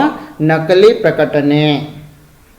Okay, the act of publishing the same data is known as the duplicate publication. Okay, ಒಂದೇ ಡೇಟಾ ಅಥವಾ ಫಲಿತಾಂಶಗಳನ್ನು ಒಂದಕ್ಕಿಂತ ಹೆಚ್ಚು ಬಾರಿ ಪ್ರಕಟಣೆಗೊಳಿಸಿದಲ್ಲಿ ಅದನ್ನು ನಾವು ನಕಲಿ ಪ್ರಕಟಣೆ ಎಂದು ಕರೆಯುತ್ತೇವೆ. Okay, let us move to the next question. Okay, research can be conducted by a person who, option A, has studied research methodology. Option B, hold a postgraduate degree. Option C, possess thinking and reasoning ability. Option D, is a hard worker. Okay, here the correct answer is option B, possess thinking and reasoning ability is the right answer. ಒಬ್ಬ ವ್ಯಕ್ತಿ ಸಂಶೋಧನೆಯನ್ನು ಯಾವಾಗ ನಡೆಸಬಹುದು? ಯಾವಾಗ ಒಬ್ಬ ವ್ಯಕ್ತಿ ಚಿಂತನೆ ಮತ್ತು ತಾರ್ಕಿಕ ಸಾಮರ್ಥ್ಯವನ್ನು ಹೊಂದಿದ ವ್ಯಕ್ತಿ ಒಂದು ಸಂಶೋಧನಾ ಕಾರ್ಯವನ್ನು ನಡೆಸಬಹುದು. Okay, let us move to the next question. What do you consider has the main aim of interdisciplinary research? Option A, to bring out holistic approach to research. Option B, to reduce the emphasis of single subject in research domain. Option C, to oversimplify the problem of research. Option D, to create a new trend in research methodology. Okay, which is the right about interdisciplinary research? The option A is the correct one. To bring out holistic approach to research. ಅಂತರ್ ಶಿಕ್ಷಣ ಸಂಶೋಧನೆಯ ಮುಖ್ಯ ಗುರಿ ಯಾವುದು? ಇಲ್ಲಿ ಸಂಶೋಧನೆಗೆ ಸಮಗ್ರ ವಿಧಾನವನ್ನು ತರುವುದು. So option A is the correct answer. Okay, ಅಂತರ್ ಶಿಕ್ಷಣ ಸಂಶೋಧನೆಯ ಮುಖ್ಯ ಗುರಿ ಸಂಶೋಧನೆಗೆ ಸಮಗ್ರ ವಿಧಾನವನ್ನು ತರುವುದು. Okay, the next question is which scientific method is a top down or confirmatory approach? Option A, deductive method. Option B, inductive method. Option C, hypothesis method. Option D, pattern method. ಯಾವ ವೈಜ್ಞಾನಿಕ ವಿಧಾನವನ್ನು ನಾವು top down ವಿಧಾನ ಅಂತ ಕರಿತೀವಿ?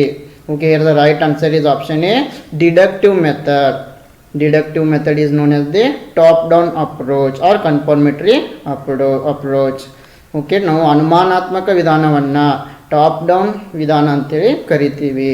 Okay, what do you mean by deductive method?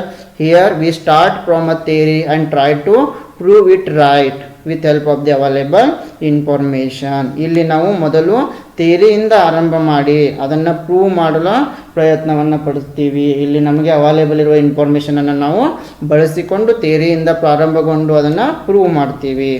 Okay, the next question is research that is done to understand an event from the past is known as option A, experimental research. Option B, historical research. Option C, replication. Option D, archival research. Okay, the research which is done based on the past event. Okay, it is known as the historical research, as you all know it. Okay, ಹಿಂದಿನ ಘಟನೆಯನ್ನು ಅರ್ಥ ಮಾಡಿಕೊಳ್ಳಲು ಮಾಡಿದ ಸಂಶೋಧನೆಯನ್ನು ನಾವು ಏನಂತ ಕರಿತೀವಿ? ಐತಿಹಾಸಿಕ ಸಂಶೋಧನೆ. Okay. Okay, the next MCQ is which of the following is not a characteristic of research? Research is a systematic. Research is not a process. Option C, research is problem oriented. Option D, research is not passive. Okay friends, which is the right answer? Okay, here the correct answer is option B. It is not true about research, because research, it is a process. Okay, so option B is wrong here. ಈ ಕೆಳಗಿನವುಗಳಲ್ಲಿ ಯಾವುದು ಸಂಶೋಧನೆಯ ಲಕ್ಷಣವಲ್ಲ.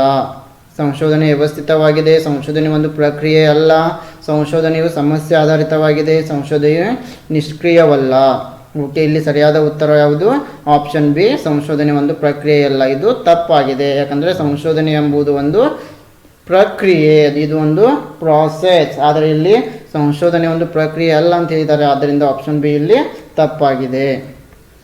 Okay, the next question is cluster sampling is used when option A population is scattered and sample size is to be kept large, option B population is heterogeneous, option C long surveys needed, option D both A and C. Okay, when we use cluster sampling in both the situation, when population is scattered and sample size is to kept large, and also when population is heterogeneous. Okay, ನಾವು ಯಾವಾಗ cluster ಸ್ಯಾಂಪ್ಲಿಂಗನ್ನು ಬಳಸ್ತೀವಿ ಅಂತಂದರೆ ಜನಸಂಖ್ಯೆ ಯಾವಾಗ ಚದುರಿ ಹೋಗಿರ್ತದೆ ಮತ್ತು ಮಾದರಿ ಗಾತ್ರ ಯಾವಾಗ ದೊಡ್ಡದಾಗಿರ್ತದೆ ಮತ್ತು ಯಾವಾಗ ಜನಸಂಖ್ಯೆ ಹೆಟ್ರೋಜಿನಿಯಸ್ ಅಂದರೆ ವೈವಿಧ್ಯಮಯವಾಗಿರ್ತದೆ, ಆವಾಗ ನಾವು ಕ್ಲಸ್ಟರ್ ಸ್ಯಾಂಪ್ಲಿಂಗನ್ನು ಬಳಸ್ತೀವಿ. Okay, in cluster sampling the total population is divided into some groups and by using simple random sampling the group will be selected. ಇಲ್ಲಿ ಇಡೀ ಜನಸಂಖ್ಯೆಯನ್ನು ವಿವಿಧ ಗುಂಪುಗಳನ್ನಾಗಿ ವಿಂಗಡಣೆ ಮಾಡಿ ರ್ಯಾಂಡಮ್ ಸ್ಯಾಂಪ್ಲಿಂಗ್ ಮೂಲಕ ಯಾವುದಾದ್ರೂ ನಮಗೆ ಬೇಕಾದ ಗುಂಪನ್ನು ಇಲ್ಲಿ ಆಯ್ಕೆ ಮಾಡಲಾಗ್ತದೆ. ಇದಕ್ಕೆ ನಾವು ಕ್ಲಸ್ಟರ್ ಸ್ಯಾಂಪ್ಲಿಂಗ್ ಅಂತ ಕರೀತೀವಿ.